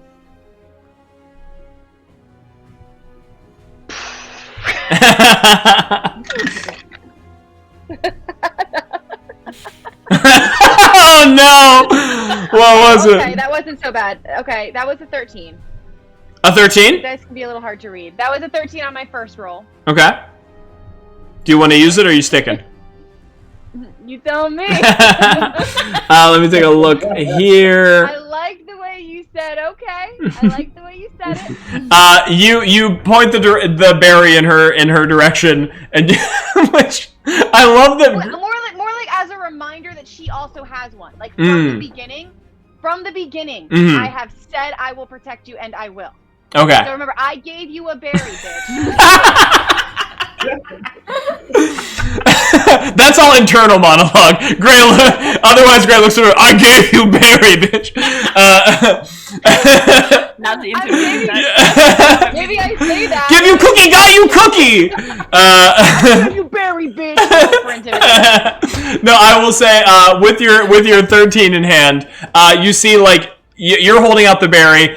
She's been nervously fiddling with it, right? Her back against the crates. And as you like point her attention to it, she looks down at it and back to you. And then there's almost this look on her face where she like rolls her eyes and it's almost like what am I doing? Like in what world am I believing this? But then she continues to settle behind the stone. She's going to take the dodge action, and she's just going to keep herself on her toes in case the creature comes their way. And so for the last action in the round, and this I'll say, we'll conclude this round of combat. We'll pick up with combat our next session, because I know we're running a little late, but I do want to get through at least one full round to help us remember things. So the creature, which has now been slashed, riddled with an arrow point, and is still struggling to consume Theor, is going to make an attack against our good friend Theor. Okay. With advantage because he's still fairy fired. With advantage because he is fairy fired. That's going to be 25 to hit. Oh my god. He's got a berry. He does have a berry. Well, I don't know. Maybe the mimic eats the berry in this moment. As you see, we have 9 other you can see as Theor is struggling and trying to wrench his blade free and shove it into the side of the beast. Like part of its maw shifts drastically in direction to like another side of its body, and then opens up wide as it forms another row of razor sharp teeth and plunges them into Theor's armor. That is going to be 10 points of damage, 5 of which are piercing, 5 of which are acid. And Theor is unconscious and dying. Ooh, fun. No. Unconscious and dying. Grand. And still technically fairy fired. Feeling that its current prey is a little not as much life in it, it shifts its maw around again, still keeping Theor bound in one of the tendrils, as it opens up its big old teeth, and you can see all those eyes squaring up on the other fairy-fied target, Creep. No, not as the tongue lurches forward like an oversized frog at our Creep friend. 26 to AC, which is definitely a hit on Creep. killing all our NPCs right now. No, we literally brought him here to die. Creep, like the tongue pseudopod like shoots down, hits him dead center in the chest, right? He looks behind his shoulders for a second, like towards his friends, and like tries to say something. You hear like a ha! But before he has a chance to, he is like pulled up into the ceiling as the teeth lock down on to Creep. Creep, luckily for y'all, has a decent chunk of health, but that is still going to be a pretty sizable amount of damage, and unfortunately it still has one more hit in it, as rolls again. 24 to hit, as another tooth, just like a trash compactor, just sinking into young Creep over and over again. And in 2 bites, Creep is now bleeding profusely. He is now half health, below half health actually, as you watch as a mingling of Creep's blood and acidic spit rains down from the ceiling and just drips down onto the floor below. The creature does have some movement speed, so it is going to try and do its favorite thing, which is steal away some prey into the darkness. So it has bum. But it's not going to be completely dark because creep is still lit up. Correct. And what's his face, which is also still attached to it. Yeah, basically. Even more fairy fired, actually. So, you all watch. Zorvax, I can actually give you... So, the creature is actually passing above your head and scrambling back out of the prison hovel and, like, back towards the area where all the boxes are. You are the only character right now who has a melee attack with the right reach to hit it at this angle. So, you can try to give it an opportunity attack on the way out. Just know that if you fail, it's going to take your glaive with it. Oh my God, Wolf! You just oh. Wait, how close is he to me? Sorry, Zorbrax. I think you're Zorbrax. I think you're on mute. Sorry, Viola. What'd you say? How close is Zorbrax to me? Because I have just spears in my bag. You do have spears in your bag, but they are not currently wielded. They would have to be in your hand for you to. Well, no. Oh. I mean, Zorbrax could just grab one. What about... I have my glaive, but what about my hand axe? You can... Well, okay. To be precise, if we're gonna get real technical, an opportunity attack is triggered... you can only do melee attacks to trigger opportunity attacks. Unless you have, like, a special class feature or some other thing. But you are the only creature that has an appropriate weapon that has the range to strike. But you said that it would require me to possibly get rid of my glaive. The same situation will happen is once your melee weapon strikes the creature, there's a chance that it will stick to it. So you'll have to do the same thing you did before where you make a check. And if you fail, as it climbs across the ceiling away from the party, it will steal the glaive on like attached to its body. But if I have the opportunity attack at all, could I use my sword rather than my glaive? No, because then the sword won't have enough reach to reach the creature. Oh, gotcha. Then I don't think I don't want to risk. I don't want to risk this glaive is important to me. That's true. It has historical significance. Yeah. So okay. I think he will hold off. All right. So you watch as Theor's body hangs lifeless in the clutches of the mimic, and then over your head, by the way, you watch as Theor's unconscious body and Creep, who is like struggling and bleeding, they are passed over your head. True. I just want to sell the moment that you're watching this mimic I say creep. You're watching this mimic crawl its way across the ceiling into the darkness with a handful of your bleeding and dying friends, as we will call tonight's session a close, and we will meet back up. Breaks my heart. Hey, this is adventuring. It's a dangerous business, this adventuring stuff. Maybe you won't be responsible for the death of one of the most famous knights in all the land and your new weird best friend monster. Who knows? But maybe you will. Got buried. No one's gonna die tonight. No one's dying on my watch. But with that being said, I think that is a perfect place to stop for tonight's session, with everyone feeling very unnerved and sadly staring into the camera. We're all so emotionally drained. I'll give our you mad at me? I'm an impartial arbiter of the rules, okay? I am just the locomotion by which this system operates. But I will give... Oh, Piper showed up at the end. Thank you, everyone, for joining us for Level 1 Adventuring. I have been your host and Dungeon Master, Wolf Scott. If this is your first time seeing us, I'm happy to have you watch our party members be picked apart slowly one by one by a horrifying creature in the darkness. This is Level 1 Adventuring. If you're new here, what are we? We are a tabletop role-playing game stream. We do big group games like D&D, solo games. We got some digital content to watch, too, like Baldur's Gate coming out pretty soon. Give it a watch. That's on Twitch. It's going to be be on YouTube. You can join our Discord. You can play D&D with us there very soon. I'm working on that with Yoan/Garrett over there. It's going to be a fun time. Also, big shout out to all the people that helped the stream happen, which is StreamLabs, StreamSpell, Tabletop Audio, and the AI Twitch chatbot. And if you use our link down below to upgrade your stream, you can help us out, and we appreciate you. But with all that said, God, it's such a mouthful every time. I'm going to let all of my wonderful, wonderful party members and friends give their adieus. So, Sydney, if you want to kick us off. Bye. Thank you. Lauren. Bye. Grace is bye. She misses you so much already. Zach. Hey, thank you all for coming tonight.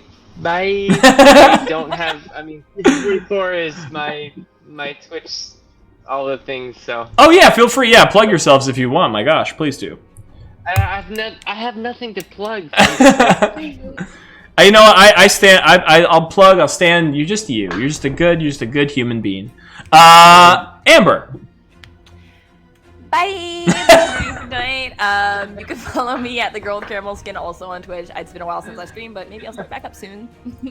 Excellent, Kimani. Thank everybody. Be kind, drink water. You know the deal. I love that end tagline too. We have starting taglines, we have end taglines. Look at us go. And then Yoan, Garrett. I'll call you by your real name. Either or. Hi, everybody. I got nothing to plug, but just have a good night. Have a good night. Thank you once again for joining us. We are done streaming, I think, for the week, unless I do any pickup streams. And then we'll let you know if the party's able to meet in the weeks to come. But until then, be safe, be well, and we'll be happy to have you whenever we find out who lives and who dies in the next exciting installment of Level 1 Adventuring. Enjoy. I'm going to run that outro.